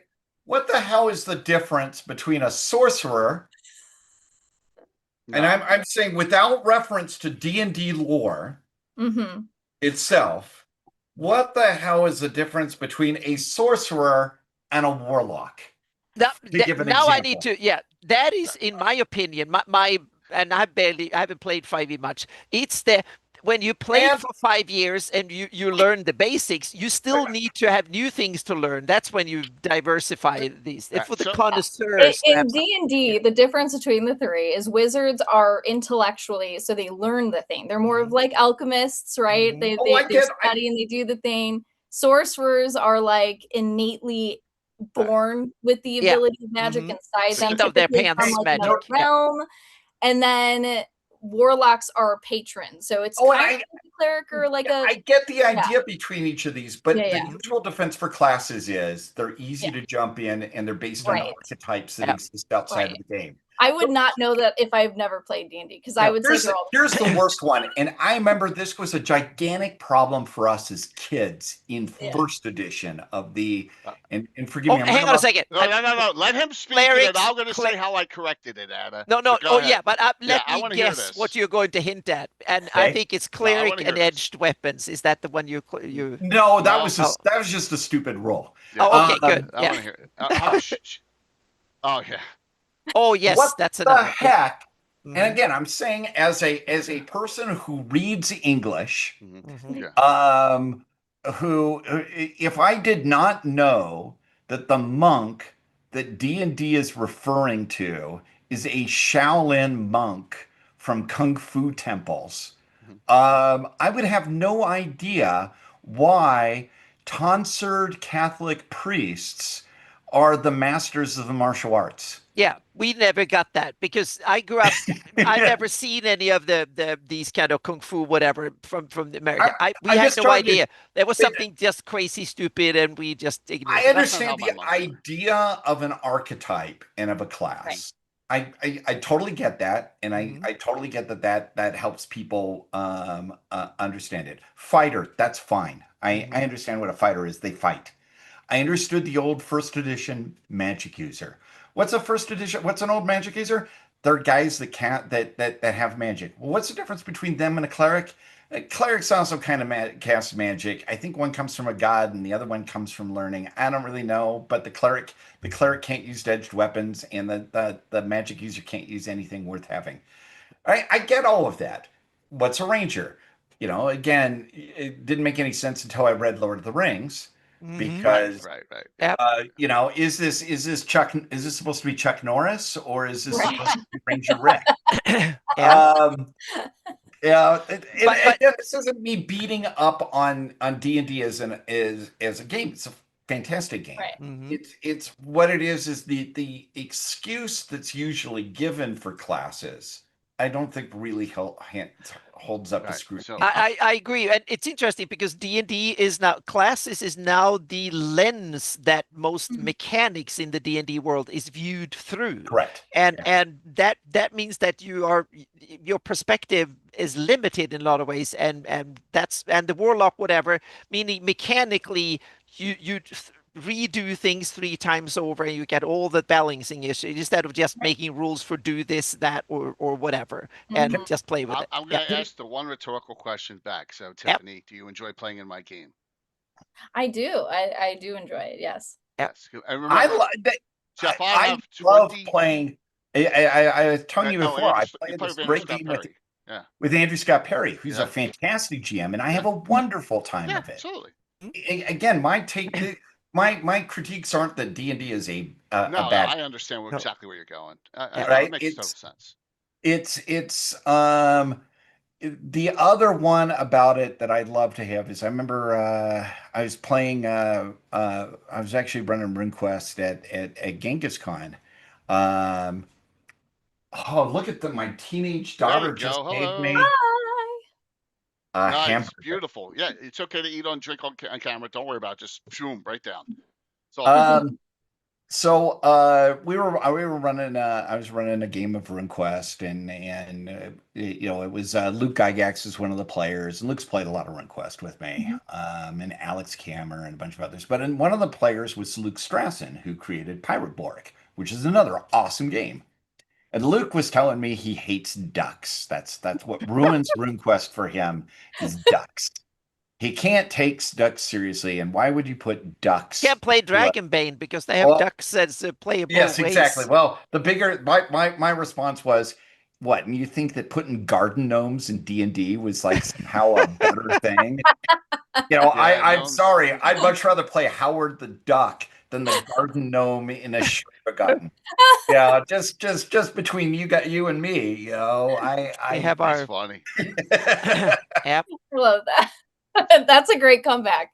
That was a great comeback to the duck. Yeah. Well, but Jeff, 1E, 2E, all right. There's some issues, but I got 20 books of rules changes and things. Us old school DMs, we try and improve the game as we go. It becomes our own game, Mhm. and that's the thing. Yep. It's like there's no two DMs in the world are alike. Really, there's nuances here and there. Plus we play with terrain and minis, which is pretty cool. Oh yeah, I was looking at the gorgeous pictures from some of your other Thank you. shows there, Thank you very much. Yeah. yeah, they and I think I've been getting back into using minis in games. I used minis a lot in the 80s and in the early 90s. And then when I moved to Germany, I stopped it entirely, in part because I didn't want to ship minis across the Atlantic. Yeah. But I know Tiffany has been being hit by that. I'm getting increasingly that there's something added to a game when you can physically touch, hold, or represent your character as some sort of an icon that you interact with. Yeah. This is an example. This is part 2 of Thursday night's Oh, that's adventure. She was in, Yeah. the fire. My buddy Bill, the Master Crafter, knows how to do that, and that's It that. actually flickered too, which is That awesome. is beautiful. Yeah, it's just a tea light. It's just a tea light in there. Yeah. Yeah. Around you take cotton, or bedding for pillows, and you spray it black. Boom. I mean, And it's also cool because yeah. it gives you an adjacent hobby that you can also do absolutely. that Absolutely. helps the other hobbies, so to speak. Yeah. Just like Also cartography the is war one. gamers too, Yeah. you know. Well, but Many gamers. it's also, like I've been playing this war game that I enjoy, Successors. You're all playing Successors of Alexander the Great, and been playing it with my cool. son, some other friends. And I love that the various major figures, and again, it's a strategic war game, are represented by big ass plastic minis. And it just gives you, there's something that pops up. We wouldn't you don't need to. It can be Mhm. represented by a little I'll counter. tell you some things, Jeff, that with terrain, the game becomes more 3D, right? Mhm. So like you can actually make it so that they have the actual positioning is important now based on water or based on, oh my God, I could Strategy becomes a huge part of the game, yeah, I you know, can more fall so. this far here. This is the one I want to talk about. Like this here, that one. See, Oh wow, that's yeah, so that's all Dwarven Forge, and they had that. There's a there's a orange dragon on the other side of this, Mhm. so they had to get across this, in the game. And there's other creatures over here. As you can see, there's a bunch of, Yep. But so yeah, that's the Justinius kind of have a thing good redeemed. good point. When you start playing with miniatures like this, then I think you deserve a rule set that is more crunchy, tactical, because that Yes. plays into the miniature. Yeah, mhm. So mini rule sets is like yeah. one of the tools. And if you visualize a game a certain way, some rule sets I think are better. They tie into that more, so to Yeah. speak, than Well, you're others also do. as a DM, you're going to tailor your game to Oh that rule yeah, set. So I've tailored the one e Mhm. yeah, 2e game to a mm-hmm, miniature style. I mean, everyone yeah, sees I have that yep, 18-inch ruler out, mm-hmm, ranges, movement rates, area effects on yep, fireballs, all that stuff. Right. yep. So yeah, Stefano was showing me the yeah. terrain that he had for Gen Con, and I've got to make the pilgrimage out to Normandy Park and check that. The embarrassing thing is I have never run a game for him, and he's never run a game for me, and we've Oh known wow. each years and years and years. Um, and I love. I mean, this is one of the things that I've been driving Tiffany and the team nuts on is that I want people to be able to play Runequest with minis. I think that's to me that's one of the reasons that D&D continues All to right. be so important. Ah, there you are. The updated version, no longer the green cover. Yep. There you go. Is that the new one? Call of Cthulhu? No, there you have the older one. Oh, that's the older one. I snipped a whole bunch of stuff off your site, It's the so same text. just to That be is prepared. So Call of Cthulhu to me, in a rational universe, we would not have gotten into role-playing games from D&D or RuneQuest. We would have gotten into it from Call of Cthulhu. Mhm. And the reason being is that Call of Cthulhu is the easiest game as an entry point, right? I don't need to explain what a detective is. I don't need to Right. explain what a librarian is. Thank you, Nimith. I can just immediately jump into it, and you can have your introduction being a 1 or 2 session game and go, oh wow, this is cool, and we all died. That was cool. We had And it's fun, a part of the fun. Yeah. right?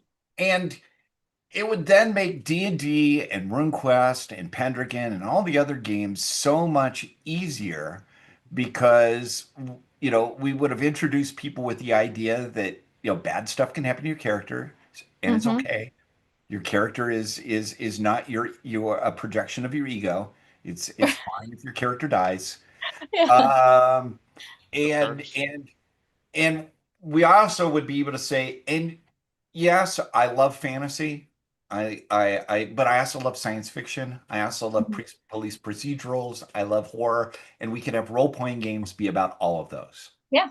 Yeah. Um, I think Call of Cthulhu also has an easier entry point because you immediately set the tone by the era.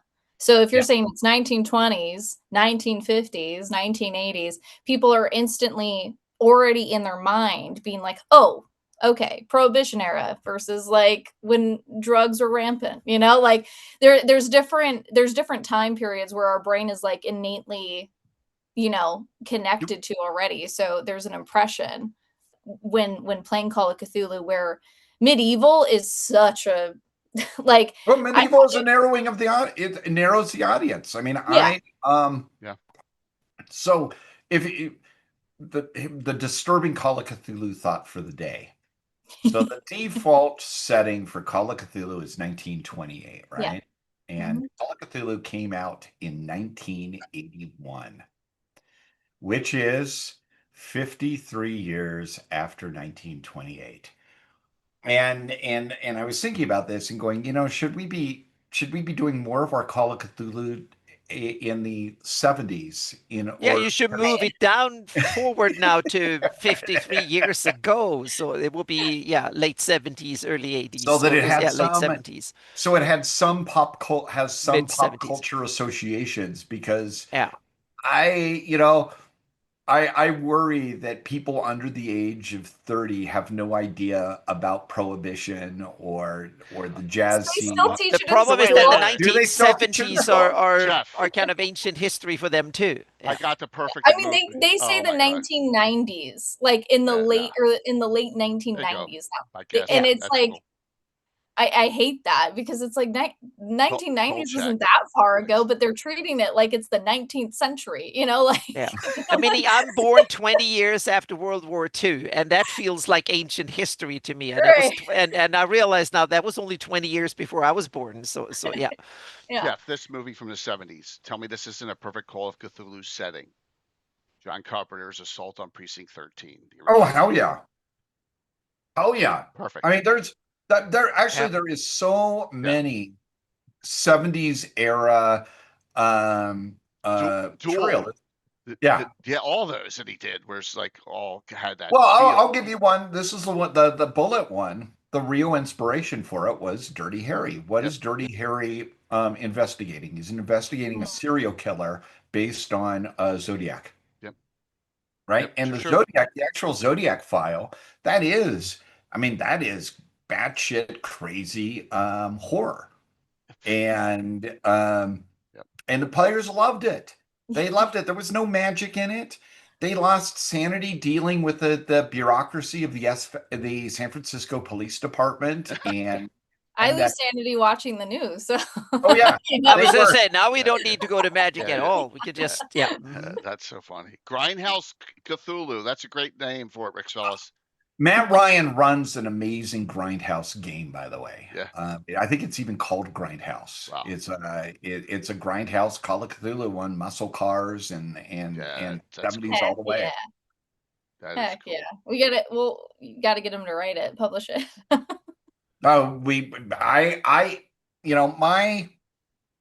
my take on, and again, it's the reason that I think that Call of Cthulhu is such a great entry point for gaming is that Cthulhu is like a virus. You can add Cthulhu to any genre and you have a game. Yep. Yeah. And Any time period, anything. Yeah. It can be Cthulhu. Yeah. Cool. a bunch of years back when I was on this Umberto Eco kick, I just read Baudolino and Foucault's Pendulum, and I did a short Call of Cthulhu campaign set in the Palermo, Sicily of Frederick II, the Stupa Mundi. And it worked, a little bit of Name of the Rose, a little bit of Baudolino, a little bit of horror in there. Sicily is so awesome that you can set any age. You can set fantasy, old knights and Oh, yeah. Roman times and Arabic Saracens, whatever. Yeah, there's so much It actually cool stuff. it raises a question. Hello, Lara. I know, but I would love a drink. A soft drink. That would be wonderful. Oh, a Harito would be fantastic. I have an amazing daughter. She's fantastic. Yeah. What's her favorite game that you?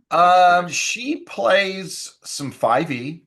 Okay. She plays a little bit of Cthulhu, but her brother is more the big Call of Cthulhu Runequest fan. Okay. But she's a regular at all the. She'll be at Chaosium Con. She helps us run the big. We're doing a 20-something player Call of Cthulhu event. Oh my gosh! On Friday. Oh, Jim, you would totally dig this one. I think Tiffany, did you even get to watch any of this one? No, I haven't. No. So this is the raid on Innsmouth. It's 4 or 5 interlocked tables.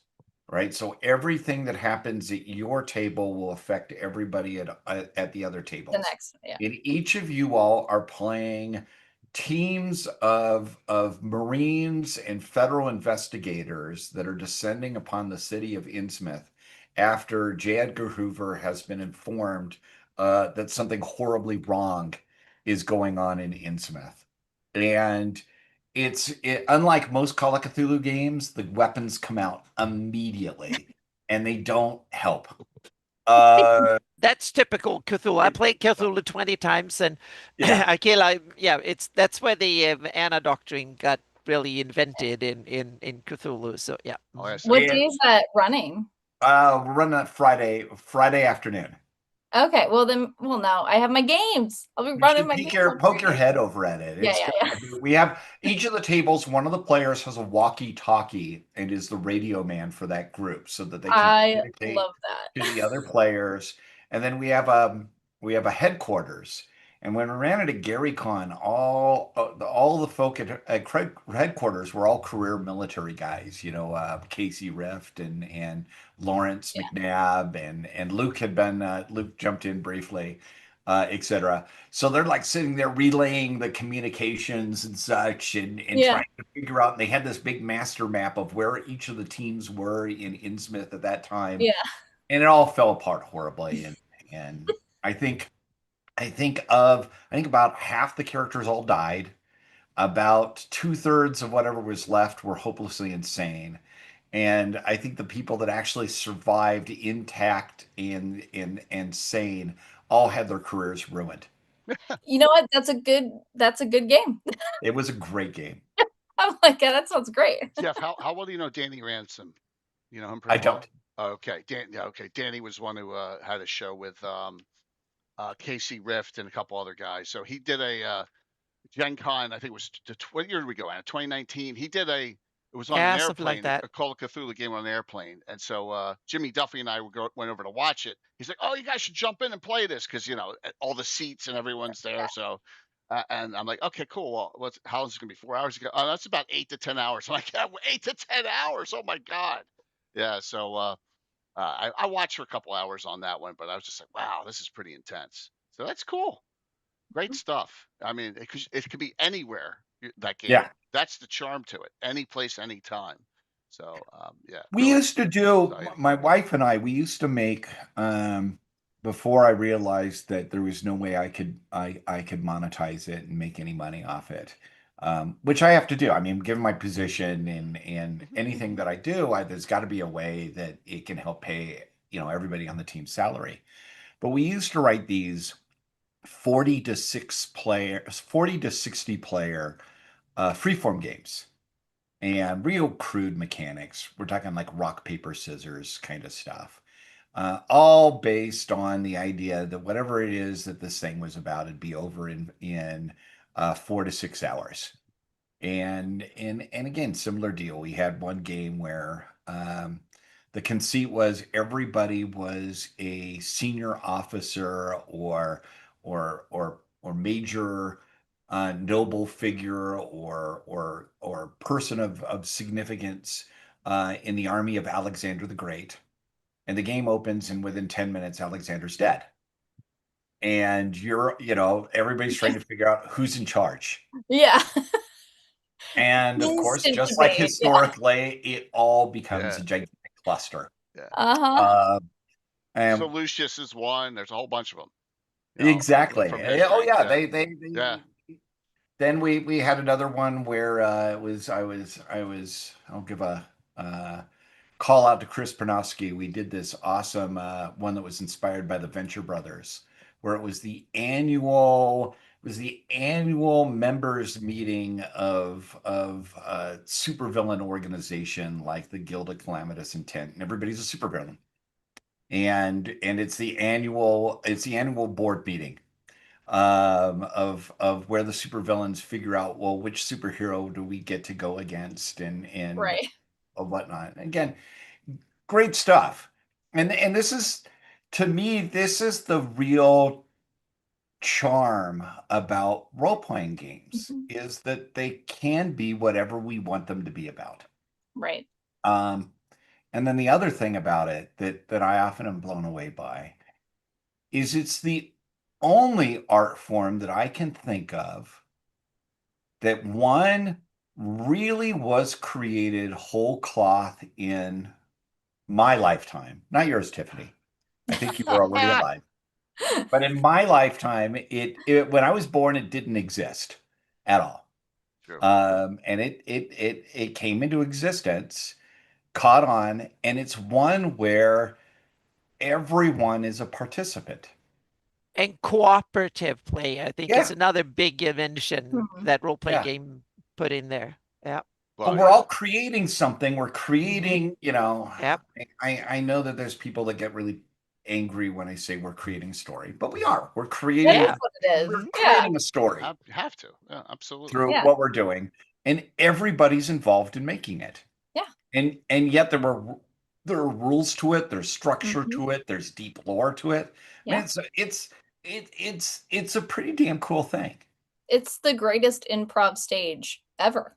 And I genuinely love the dynamic of coming together and collaborating with your friends or even especially strangers, and you somehow come together to create an incredible experience and an amazing story, and you've all essentially bought in to the yes and with each other, right? Like you're all building off of one another and moving forward towards something, and the mechanics essentially are just there to help guide what's Exactly. possible. Yeah, they're guardrails. Right. Yeah, exactly. Yeah. They keep it from descending into just Utter chaos. well, I like to call it the Cowboys and Indians problem, right? When we used to play that as kids, back when Yeah. kids played it, and you had the Oh, classic you problem. did. No, I hit you. You didn't. Yeah. Yeah. Mhm. Exactly. It Paintball guns resolves. were out. Yeah. It That's why resolves what happens when something that is not in my interest happens to me. Right. And It's that's funny. I've seen the grown-up version of that in military. Well, what normally happens to me, Jeff, is Tiffany will threaten me if I kill her cat. That is true. You get real life threats. Get real life threats. I don't care. Helia can lose an eye, lose a finger, whatever, die. Gemma is different. She's the innocence of this world, and if you kill her, that is just mean. I want Len her should to have be the heard only one you when standing, he had a Len Lakofka had a long thing about why that shouldn't be in D&D, where you abstracted, and that is a good point too, because it depends on the style of game you want to run, so to speak. But yeah. Mhm. So, Jeff, okay, we take some questions from the audience. Oh, of course. So my first one is, there's a game out. I don't know if this was a Runequest offshoot called Dragon Quest. Was that a different company? It was a different quest. It wasn't a RuneQuest offshoot. It had some shared some DNA. That was Chris Klug did that really fascinating game. It's one of, I've got this like list of 5 or 6 games that we all should know way better than we do. They did this joint thing with TSR, this one adventure. I was just curious if it was Chaosium or not. And there's Janelle. Yeah, absolutely. Now, Jackways, we all know, is her masterwork was not with D&D. No, it was Dark Tower. No. Oh, her master. No. Not Dark Tower, not Caverns of Three. Wrong. Wow. Jeff is doing a deep pull right now. Yes. I mean, this for is me, awesome. It's Dark Tower, all the way. Well, we haven't been outside of the reservation, Jimmy. That's the problem. Yeah. This is her masterpiece. Okay. This is Thracia on steroids. Okay. This was, in my opinion, probably the high point of exploration campaign design. Okay. Cool. Yeah. It really was your very best work. Yeah. Okay. Meaning we have to defend me and Jay here. We've barely been off the reservation. That's the problem. Our problem. That's why we don't know about. Well, you got to remember that RQ is one of these things where it's hard to find a senior game designer that didn't dabble in RQ at some point or another. Showing the cover for the original Dark Tower. Yeah. The original, yes. Yeah. No. The better version of Dark Tower. What, the D20 version or this one? What it's what Dork Tower is named. Dork Tower is not named after Dark Tower. It's named after the other version of that with identical art. Which is this one? This one? Nope. No. Oh, okay. Nope. Got I'm me gonna now. pull this up right Yeah, now. please do. Can you let me share a screen? No, you'll crash the stream.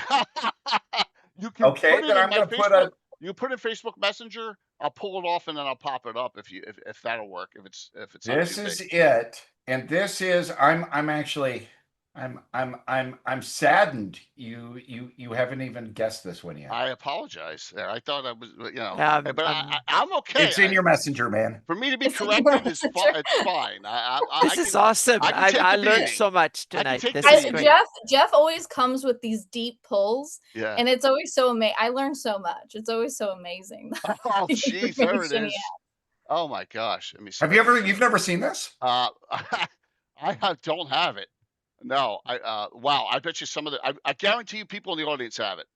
I don't. I don't have this. Wow. There it is.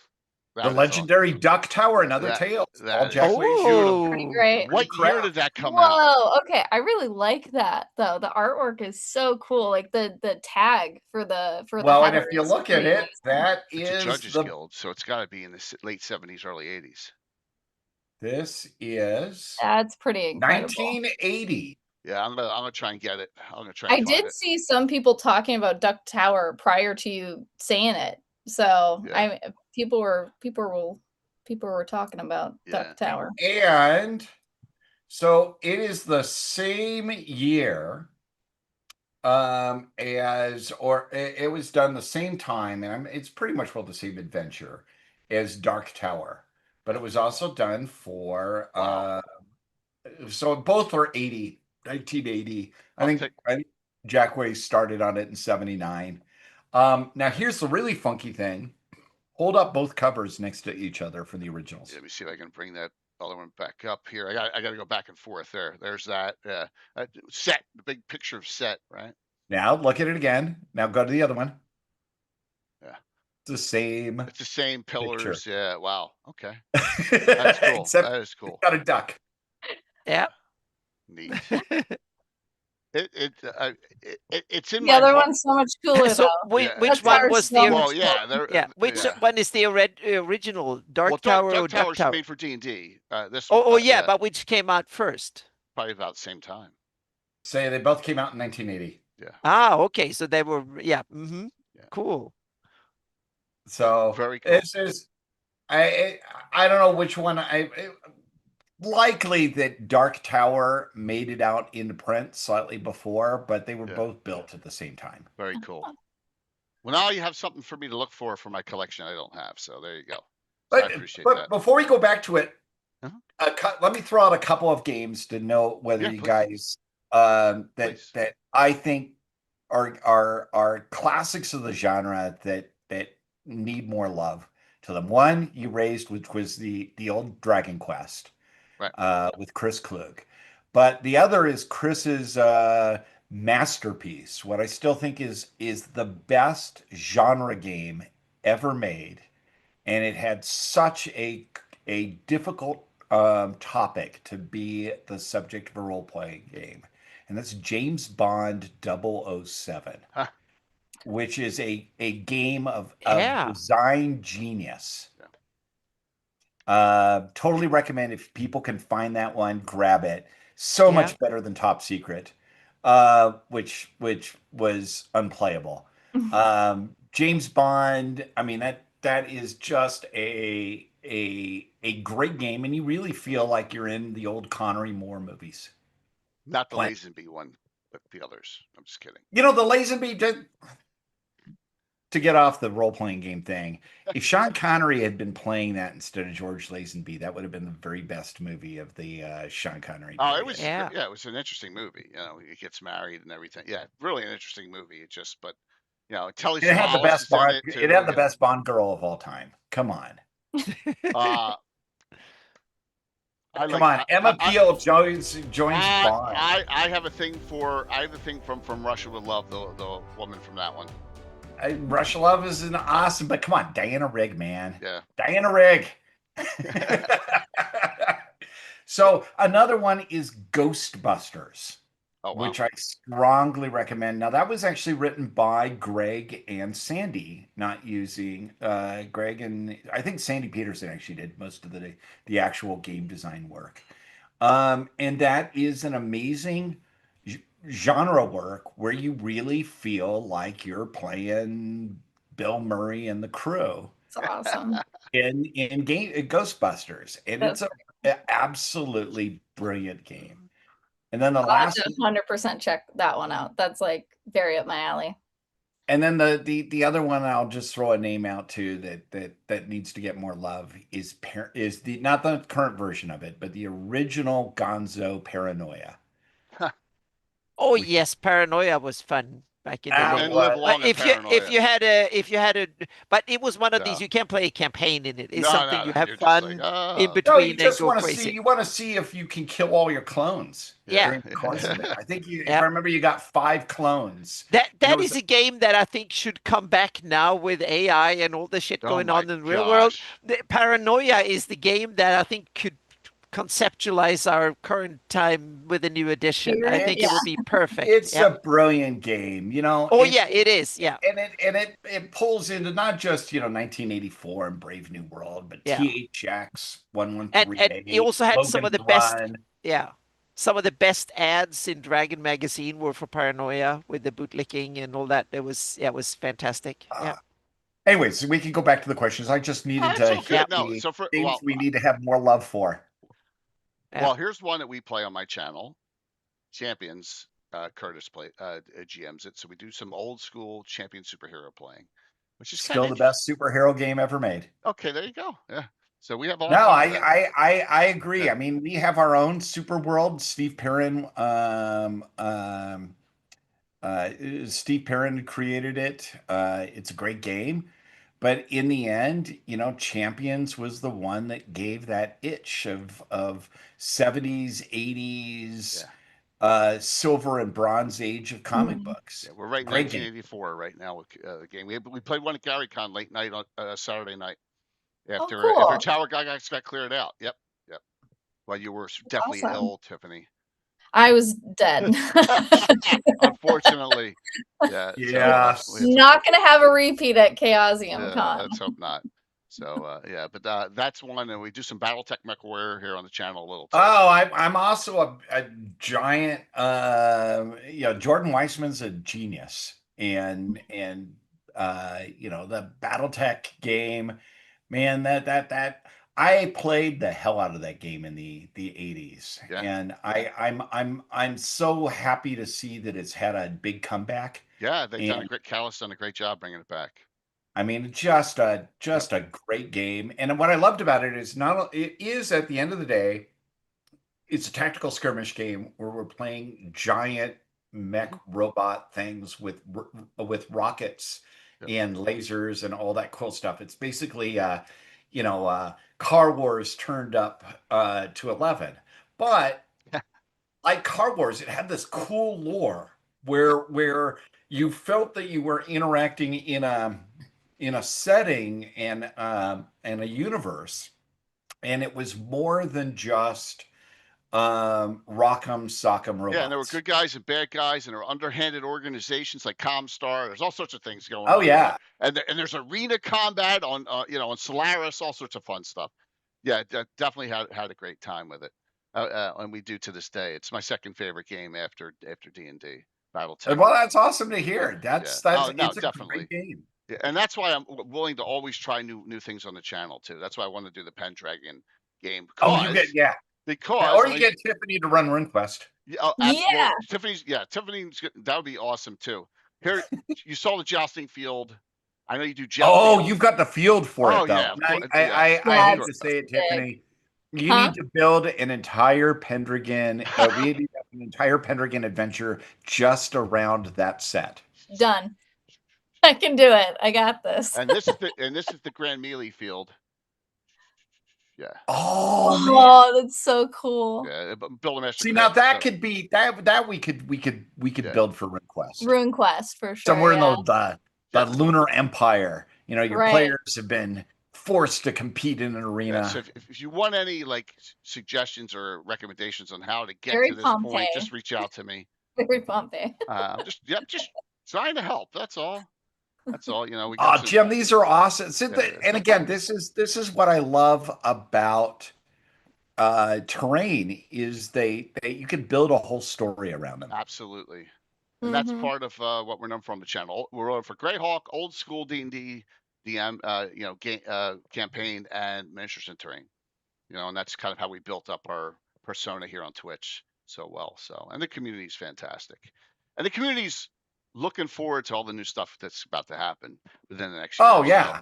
you know, which is great. But like for us, we know that, and someone asked, like Rick Fellow says, how did you get Jeff on the channel tonight? I'm like, well, Tiffany helped me a lot with it, but what I'm saying is we want to talk about other games. I think it really helps all the communities know that what is out there, what's exciting, and both RuneQuest. I've never taken a look at. I'm going to with the starter set I have here. Gladly would run RuneQuest, and we can showcase maybe Okay. some of the new rule set of like. Oh yeah. I'm all Absolutely. into it. I'm into combat it. stuff. I'm So into it. yeah. And keep in mind, it's got good it's got some good DNA that is came in. You know, I started with RuneQuest, made it over, influenced some of the D&D guys, and then got its way back. I mean, this is one of the things on the new editions, but it was an absolute delight, was working with Mike Burles on this. Mike is a great guy, and he comes from that D&D backgrounds, you know, so he's there for so long.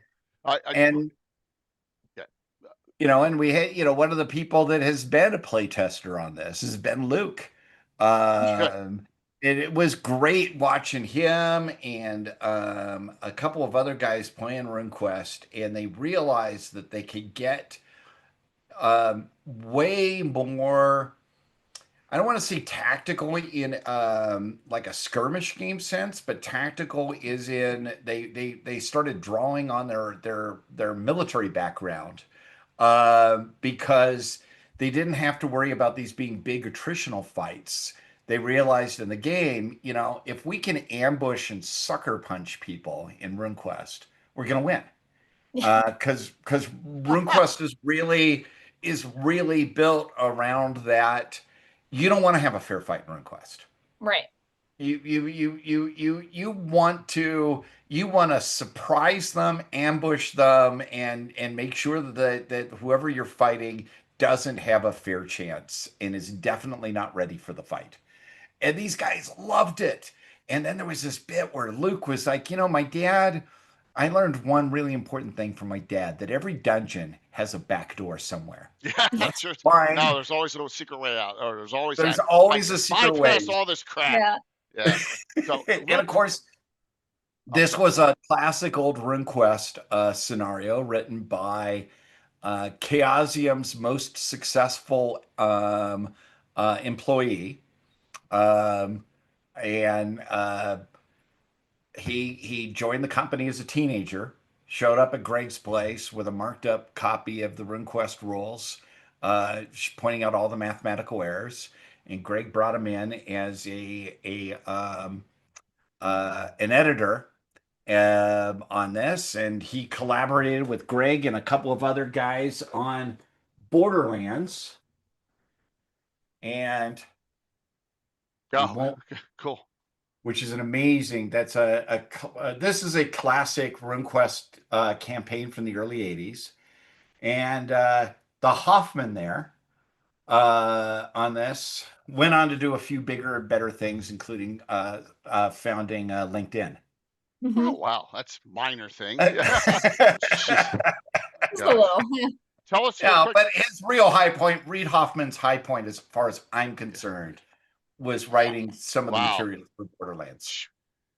That's as I said, you know, RuneQuest is kind of Merles and I like to joke around the various game publishers. We're kind of like 70s rock and roll labels, right? We're like record outputs. And if you're successful, you know, you got the ones that just do the indie hits. Right. But you're Rush. Started in the 70s, you got it through, and then you really hit your peak in the 80s, early 80s. Yeah, I understand. No, yeah, You got your little yeah, indie yeah. ones, No, I got and it. Or the and you got. police. Yeah, But I what? got it. Well, you want to be? Yes, you want to be like what was it? CIA records, and manage to pick up your brother's band that turns into the biggest band of the world in the '80s. But in general, you want to have your big hit, be it D&D, be it Call of Cthulhu, etc. But you also want to have a few acts, like David Bowie or the Velvet Underground. Right. You have no idea whether you're going to make, God knows, It's true. Yeah. you have no idea whether this is going to make any money at all, but it's going to Mhm. influence everything else that goes on. And we sometimes joke that Runequest is kind of the velvet underground of the gaming industry. Only sold 20,000 copies, but everybody who bought a copy of RuneQuest went on to start a role playing That's great. game.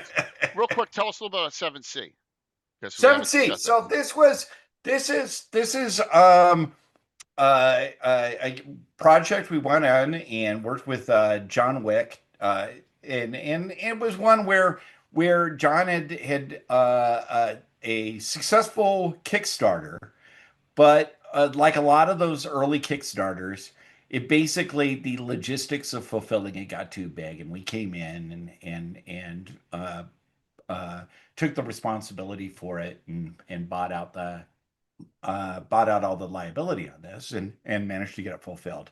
Now, and it's I loved 7th Sea going way back into the 90s with the first edition. I think pirates and swashbucklers are something that I'd like to see more of in 100%. gaming. I love. I Yeah. and our issue on it is it does use a different rule system than BRP, and that's really hard on a team where we have to, if you want to have people Okay. work on multiple lines, you want to keep all the rule systems at least conceptually understandable, so that you're able to switch between them. So we've licensed that out to a fantastic French company that is producing the new material, Studio Nice. Agate.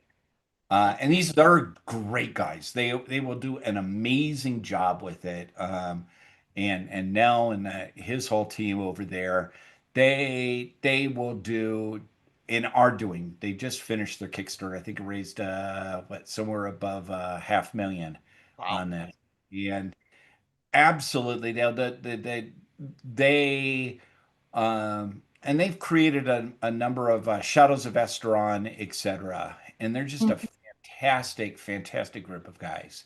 And they're going to do a brilliant job making sure that there is somebody that is able to really focus on 7C and give it the love that it absolutely deserves. Cool. Waiting I'm for a question or excited. two. So, Chaosium Con's next week. If someone wants to go, is there still tickets available? Yeah, you can. There's still walk-on tickets. Okay. So it's over at the a much smaller version of the Grand Central, the Ypsilanti version of it, next to a golf course. Nice hotel, but we basically have there are loads of games. There'll be loads of pickup games, and what I like about it is it's 400 plus people, so you get to game with. It's intimate. It's intimate. It's really Yeah, intimate, that's and great. I love that. Yeah.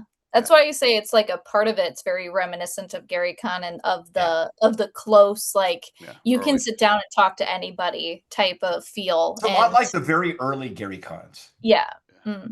Yeah. It just everyone's there to game and like be a nerd, and so there's no barriers really. And I absolutely love when a game con does that, because it just means that you get to be around the creators. And like as a creator myself, it's just fun to be in conversations with creators, and I'm sure even those who aren't creators love to be in the conversations of like getting to know the minds behind the thing, and see those back doors. Getting that chance to play, Yeah. to play with a person that wrote the scenario, Right. or Yeah. the design team and whatever, and we're too lazy on these sorts of things to build that sort of tiered system. So, everybody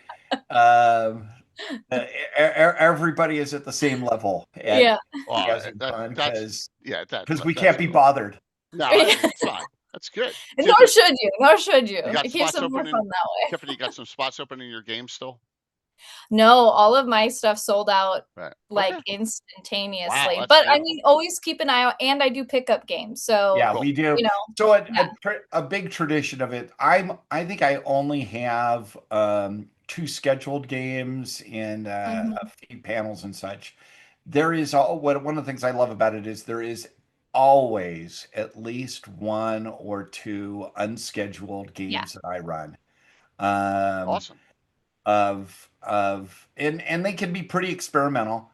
Just part of that fun. You get Exactly. to see kind of like some underbelly stuff, and that's pretty awesome. Yeah. And it's one of the things I love about these smaller conventions is that you can try something and go, I don't know if this is going to work, but let's run it.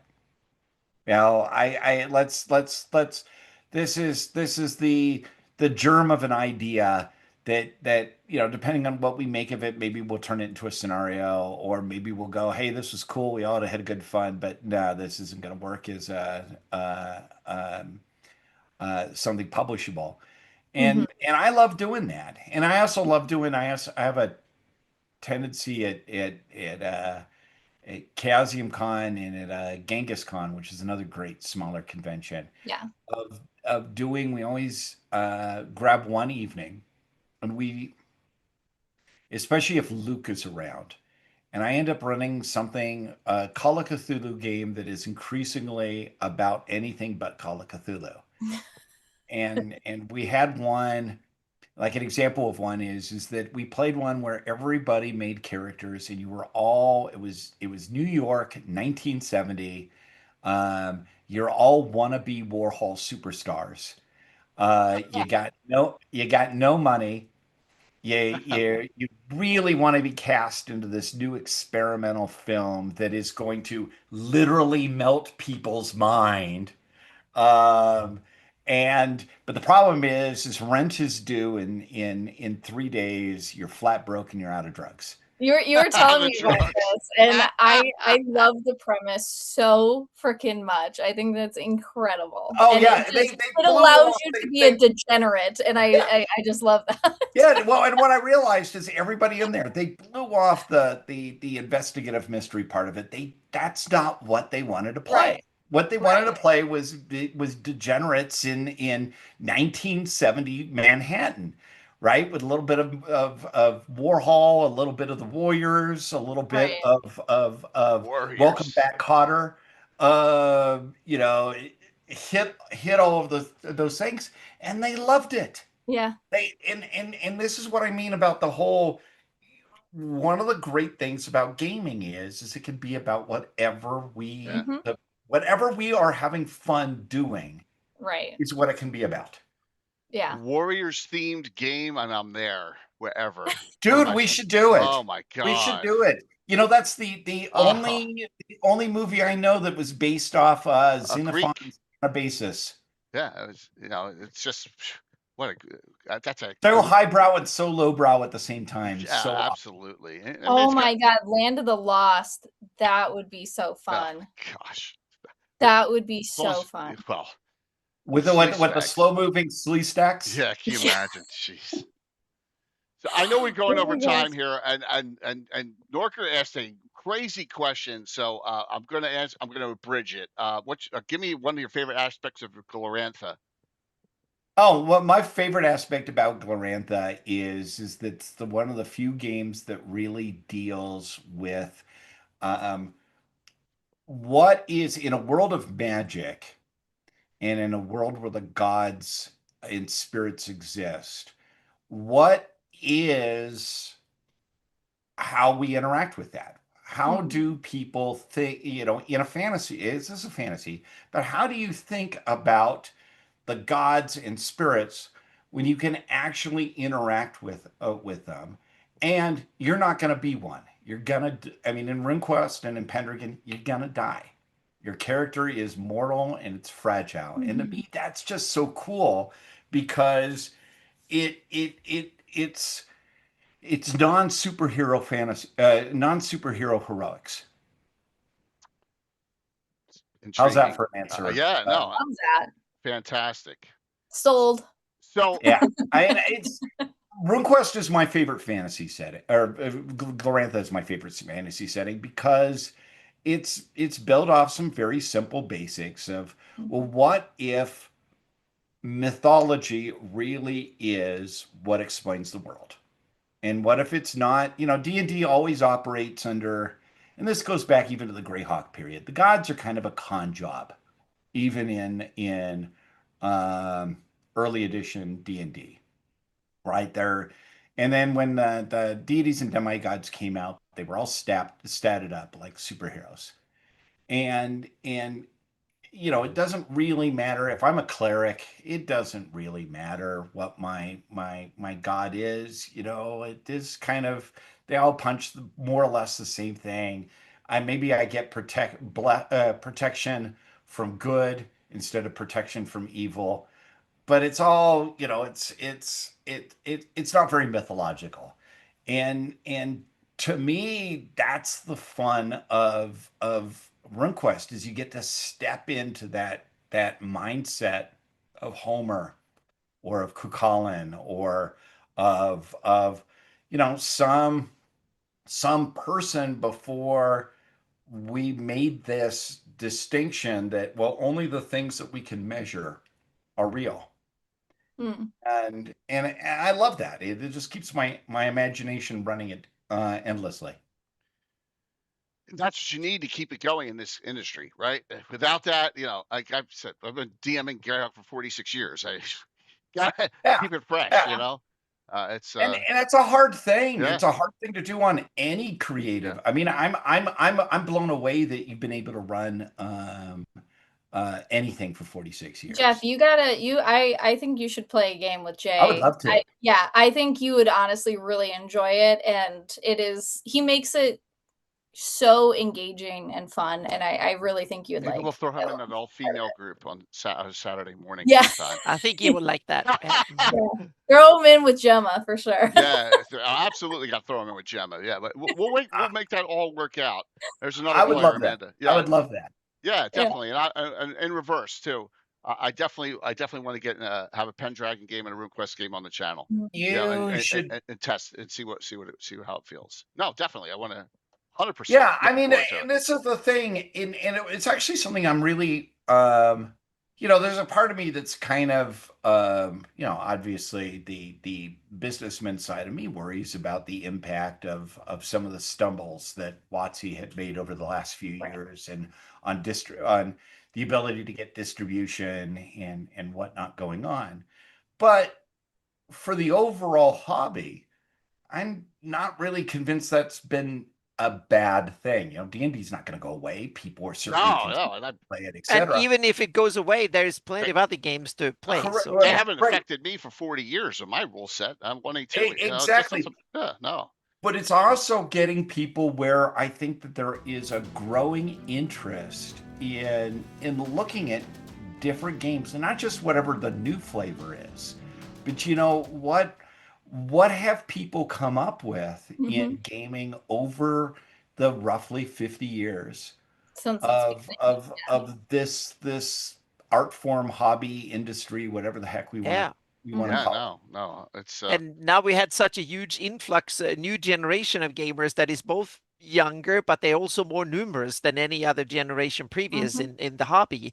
And now the hobby is probably big enough to survive no matter what, so to speak. It's not Oh, yeah. dependent on one single company or whatever. And it's also going global in interesting ways too, that we're not aware of, but it's happening in so many different ways. What happened in North America in the 70s, early 80s, in Europe in the mid 80s to something like that is now happening in South America and Africa and Asia and a lot of parts too. So yeah. The biggest one, like for us, so we occupy in Japan role-playing game space the same way that D&D occupies it in North I was America. just going to ask because I've heard that too, that it's the Yes. biggest game. Yeah. because you have Chaosium cons all over the world. Yeah, we do. Well, we have to, because That's great. Yeah. Yeah, we do. It's We're awesome. doing one in New Zealand. We do one in the biggest one in the United States. We do one Okay. in the UK, Mhm. and then we do one in Gdansk in Poland. Poland. Oh, cool. Ah, cool. Yeah. And That's fantastic. The Poland one is totally awesome. They're all awesome. I haven't actually been. I haven't been to any of the ones in Australia just because that is a long ass flight 20 and hours. It's pretty yeah, fun. it takes well, and Or from you, but from West Coast is like 16 or something. So yeah, 15. well, I'm out in Colorado, so there's Oh, then yeah, they have to have still. several hops and stuff. So yeah. Yeah. For me, it's actually about the same going to Europe or Australia. It's roughly the same. Yeah. What were you down in Southern California? Southern California, yeah. Yeah. So if I fly from LA, it's about a 12-hour flight from either or, so to speak. So I'm in between Sydney and London, so to speak. Yeah. Well, I know. Look, I told you it would fly by. We're all over the 2 hours. Oh, I'm so Yeah. sorry. I had It's a no, this is No, this awesome. great. Oh, No, this Yeah. is, no, I had a This is wonderful fantastic. time. Yeah. And Mhm. I am happy anytime to sit around and that's all we do here. pontificate. It's just BS crap. and have a great Yeah, our conversation. Gabbins on Sundays just Yeah, and BS about stuff. yeah, Yeah. that's it. And talk about like game. There's topics a lot of times. Like next week, Ed's on. Ed Greenwood's on. He comes on like Mhm. every 2 to 3 months, and we do topics based on GREYHAWK and Forgotten Realms, and we kind of mix it together. So we do a lot of different things. He bought. I know he's Ed's a pretty big Glorantha fan. I know he bought the guide to Glorantha, Cool. and Cool. so Yeah. you should will. bug him with random. Hey Ed, yeah, I know you want to talk about Forgotten Realms, but can you tell me about how this works in Glorantha? Well, I'll the, do the, that. the weird I'll do stuff is that. that He'll give me a song. yeah, Ed knows more about GREYHAWK than most Yeah, he GREYHAWK does. He fans does. could dream of Yeah. knowing about GREYHAWK, which is to me is just like and Yeah. all the other settings, asking about Dragonlance, whatever, and he knows about it, and I'm like, wow, this is so cool. Oh yeah. Well, Ed's just again. I mean, that's one of the things that obviously I didn't always work in this business, but man, it was one of the really nice things about working professionally in TTRPGs is that there's the occasional exception to the rule, but as a general rule, most of the people you're dealing with are just really cool, interesting, creative people. And Mhm. there's not enough money in the industry for them to go all rock star or Hollywood celebrity because there's just not enough money Yep. to get away with that. And just folk like Ed is just just a great guy. And another person I just want to do a call out to that Please. is one of my favorite people to hang out with at Gary Con, and still one of my absolute, to me, the most defining artists of the look of D&D is Arrow Otis.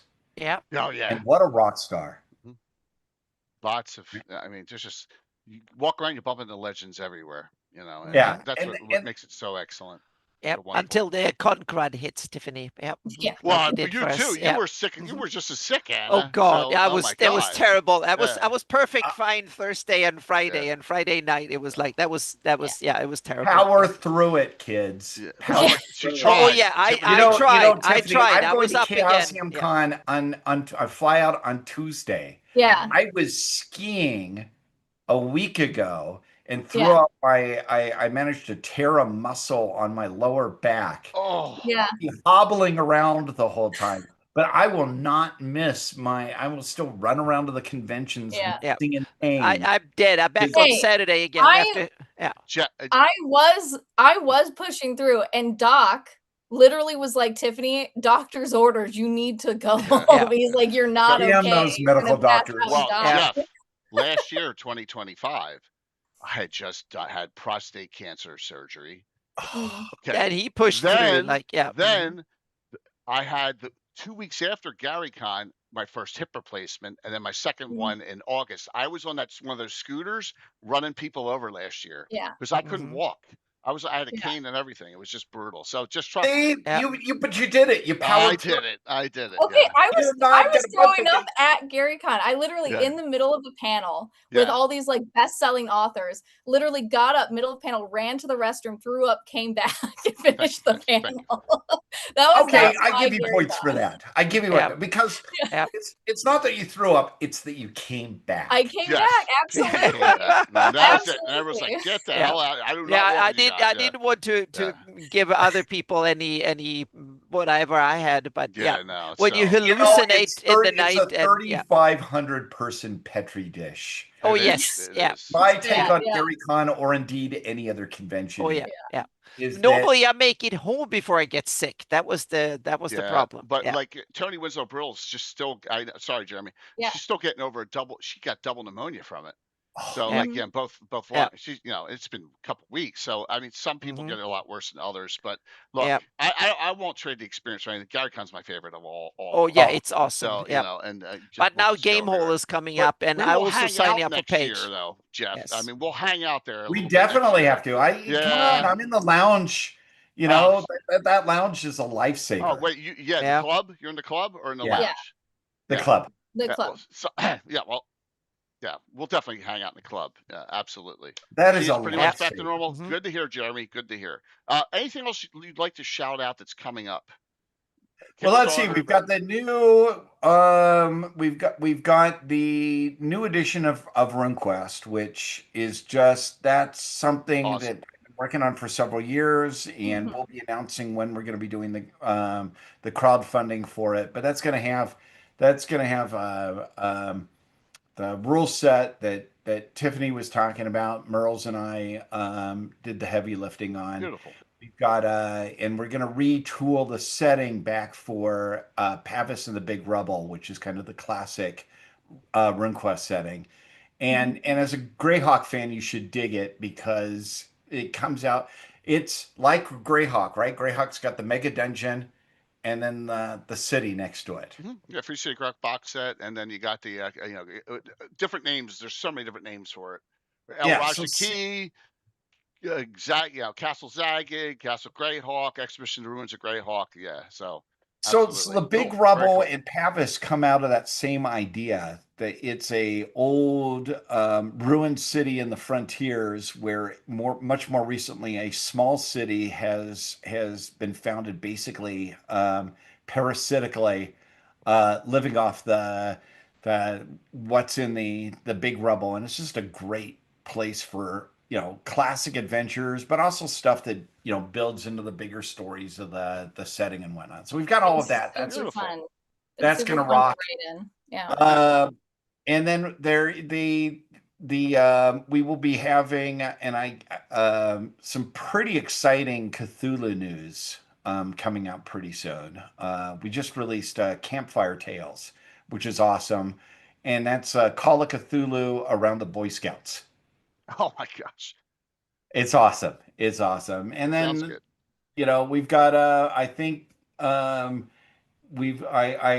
see I'm in a weird place because I see everything rolling through, but I'm not involved on the final date of release, so I'm trying to make sure that I'm saying stuff that actually has been formally Announced. Oh yeah, for Pendragon, the Boy King. The Boy King. That's the campaign for the classic part one of the classic Arthur campaign. And this is up there with Masks of Nyarlathotep as one of and G1 through Q as one of the defining campaigns of role playing games, and that's going to be out in the new form next year. And that is awesome. Do you know what the idea of the Boy King campaign is? So in Pendragon, this is a game where it starts with Arthur pulling out the sword, Right. and you're part of the Arthurian story.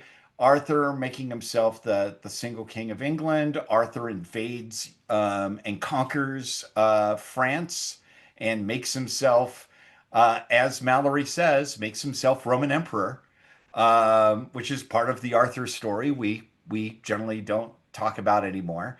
And it's Arthur doing all the big things, and it's about a 20-something year period. And the idea in Pendragon is that each of the campaign bits are a different generation. Okay. Because the whole Pendragon campaign takes place over 3 generations, and it's very, very rare that you are still playing your original character when the campaign ends. You're usually playing a son or a nephew, or even more likely a grandson or a grandnephew of your character, having built up this huge family epic and saga by the Sounds time. familiar, Tiffany. Which is pretty fun. Yeah. Yeah, by the I time love that, that. I love that that everybody generation of dies in the characters. final battle of Camland. Cool. Yeah. So that'll be coming on. That's just super awesome. That's one of the things that Curtis. we came to the company to make sure it got published again. That sounds fantastic. I got characters 4 generations in my D&D campaign. Well, the humans. Yeah. And Tiffany's character Gem is part of that Winchester inbred family tree there. So, yeah. Yeah. Oh, and Pendragon is all about that. I mean, one of the things I think is just super cool in it is that because you're playing a knight, what do I want to do? One of the things I want to do if I'm playing a male knight, I want to get married.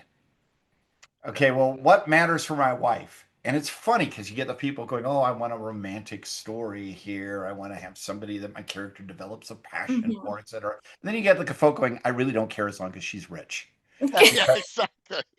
Because if she's rich, I can mini-max as a knight. There you go, yeah. Part of the mechanics, yeah. and it's wonderful. It like a lot of great stuff. You can go the high road, or you can go the very low road, and they're both fine roads. That's the great part of RPGs. Can live out your fantasy. Yeah, that's right, Rob. She's got big tracts of land. Huge tracts of land. That's awesome. All right, so we're doing 2 giveaways tonight. All right, we're gonna do this Runequest starter set. Right, we're gonna give one of these away. Tiffany's got it, and we're gonna ship it from her. And there is so much stuff in that one. Oh my God, yeah. I wouldn't want to get hit over the head with this. It's that heavy. Right. Exactly. So, we were stupid on that one. We provided way too much value for the money. Yeah. But it's fantastic. Both of these, the Pendragon, I'm keeping them both in my, definitely to look through them. And then also our great Black Oak dice set and bag there too. So we'll do them both. All right. We'll do exclamation point drawing, get in real quick. We'll do that. And then we'll find someone to raid into. Anna, Tiffany, thank you for helping co-host this. And Jeff, thanks. Thank you so much for coming on. This is awesome. awesome. Yeah. Easy to get along here. We just love to hear the stories. Let's I'll get you one of my games. I'll play one of yours. All good. I'm in, man. I'm in. Yeah. It'll be a blast. It'll absolutely be. All right. See who wins exclamation point drawing, and then we'll see who the 2 winners are. Dun dun dun dun. Oh my gosh. Having too many issues here. Running a stream by yourself is sometimes challenging, but you're not running a game. You're only running a stream this day. Yeah, I stopped doing that at GaryCon. I could not run a stream and a game at the same time at GaryCon. Well, you do that every Thursday and every you would need an assistant. Assistants though tend to not do what you actually want them to do, right? And that's the problem. Then he needs to manage an assistant as well as the stream and the game. Show me the dice. Amanda wins the first again. one. Oh my God! And wow. X-Money wins the second one. Amanda, it's your choice. Amanda, do you want the dice? You want the? I'm assuming she's going to take Black Oak's dice because she loves dice. She loves their or the dice. Runequest starter set. So Amanda and X-Money, you get whichever one. X-Money, you in the U.S., right? So you're fine on that. So we can ship that no problem. Both out. Congrats, everybody. Yeah, I know. I got it. I got your dice. They'll be going out tomorrow, and we got this. So X-Money, I'll make sure I have your address. I'll get that over to Tiffany, and she'll send it out. This as well. So Jeff, thank you. Thank you so very much for a wonderful, wonderful discussion tonight. I'm sorry we ran a little late, but I think we all had a good time. Yeah. We don't bite here. We're just this was a blast. I mean, anytime you want to call and get me on in 24 hours. Awesome. I'll go to Tiffany though for have a secret channel. By the way, Wednesday night, your favorite GREYHAWK maps. We're just myself, Mike, and Anna are gonna bounce around. of all the maps that have ever been made, go, I love this one. You know what I mean? So we're going to do that. We got a game on Thursday night. Haven't finalized what that's going on yet. And then next Sunday, Ed Greenwood's on Political Rivals and Kingdom Intrigue of GREYHAWK of the Realms. Boom. All right. So there we go. I've got my favorite. So it's the original hexagonal map of. The original Darlene map. Yeah. Oh yeah, that will always be high on my list. There's a lot of third-party maps that are out there, like Aaron Frooks maps, which are beautiful. Yes. Right, and all the maps, some of the maps are done in the Living GREYHAWK era, which are so wonderful. You know, so and you know, we got them all compiled, and we'll share a whole bunch of those on Wednesday night. It'll be a fun show. That's Legends of the World. Man, well, I'll be at Chaosium Con. Yeah, have fun, Tiffany. Thank you for absolutely have fun. It's just like we go Wednesday night's Legends of the War, every Sunday night's Gabbin. There are 2 talk shows we do a week. So like I said, more than welcome to come back in the near future anytime. We'll get some games going and we'll have some fun on the channel. And we're gonna raid into Mandy tonight, okay? Sparkles Mandy, we'll raid into her. We'll see you all hitting the wrong button like normal. We'll see you all Wednesday night. Everyone enjoy. Thank you all. What a great show. Thanks. Fun. Thank you guys. Now I hit a wrong button. You know me. I always hit freaking wrong buttons all the time on this thing. Love it. Yeah, gotta stick to this. I have no idea how you do this twice a week. I stream 4 times a week. And we have 2 talk shows. So on Wednesdays we have Legends of Lore. We talk GREYHAWK, more focused, and on Sundays we have Gabbin. Anything goes. And we invite guests also. Saturday. Yes, and then Saturday morning. I'll do a Saturday night game because Ed can't play in the morning because Ed still works his library job. So like when Ed wants to play, we'll do a Saturday night game that week. You know, because Ed has is regular in the campaign, which is, if you ever told me Ed Green would be a regular in my GREYHAWK campaign, you know, I would think you'd say you're crazy. So 5, 4, 3, 2, 1. I just thought that I would. Bye. Bye. Yeah, we're still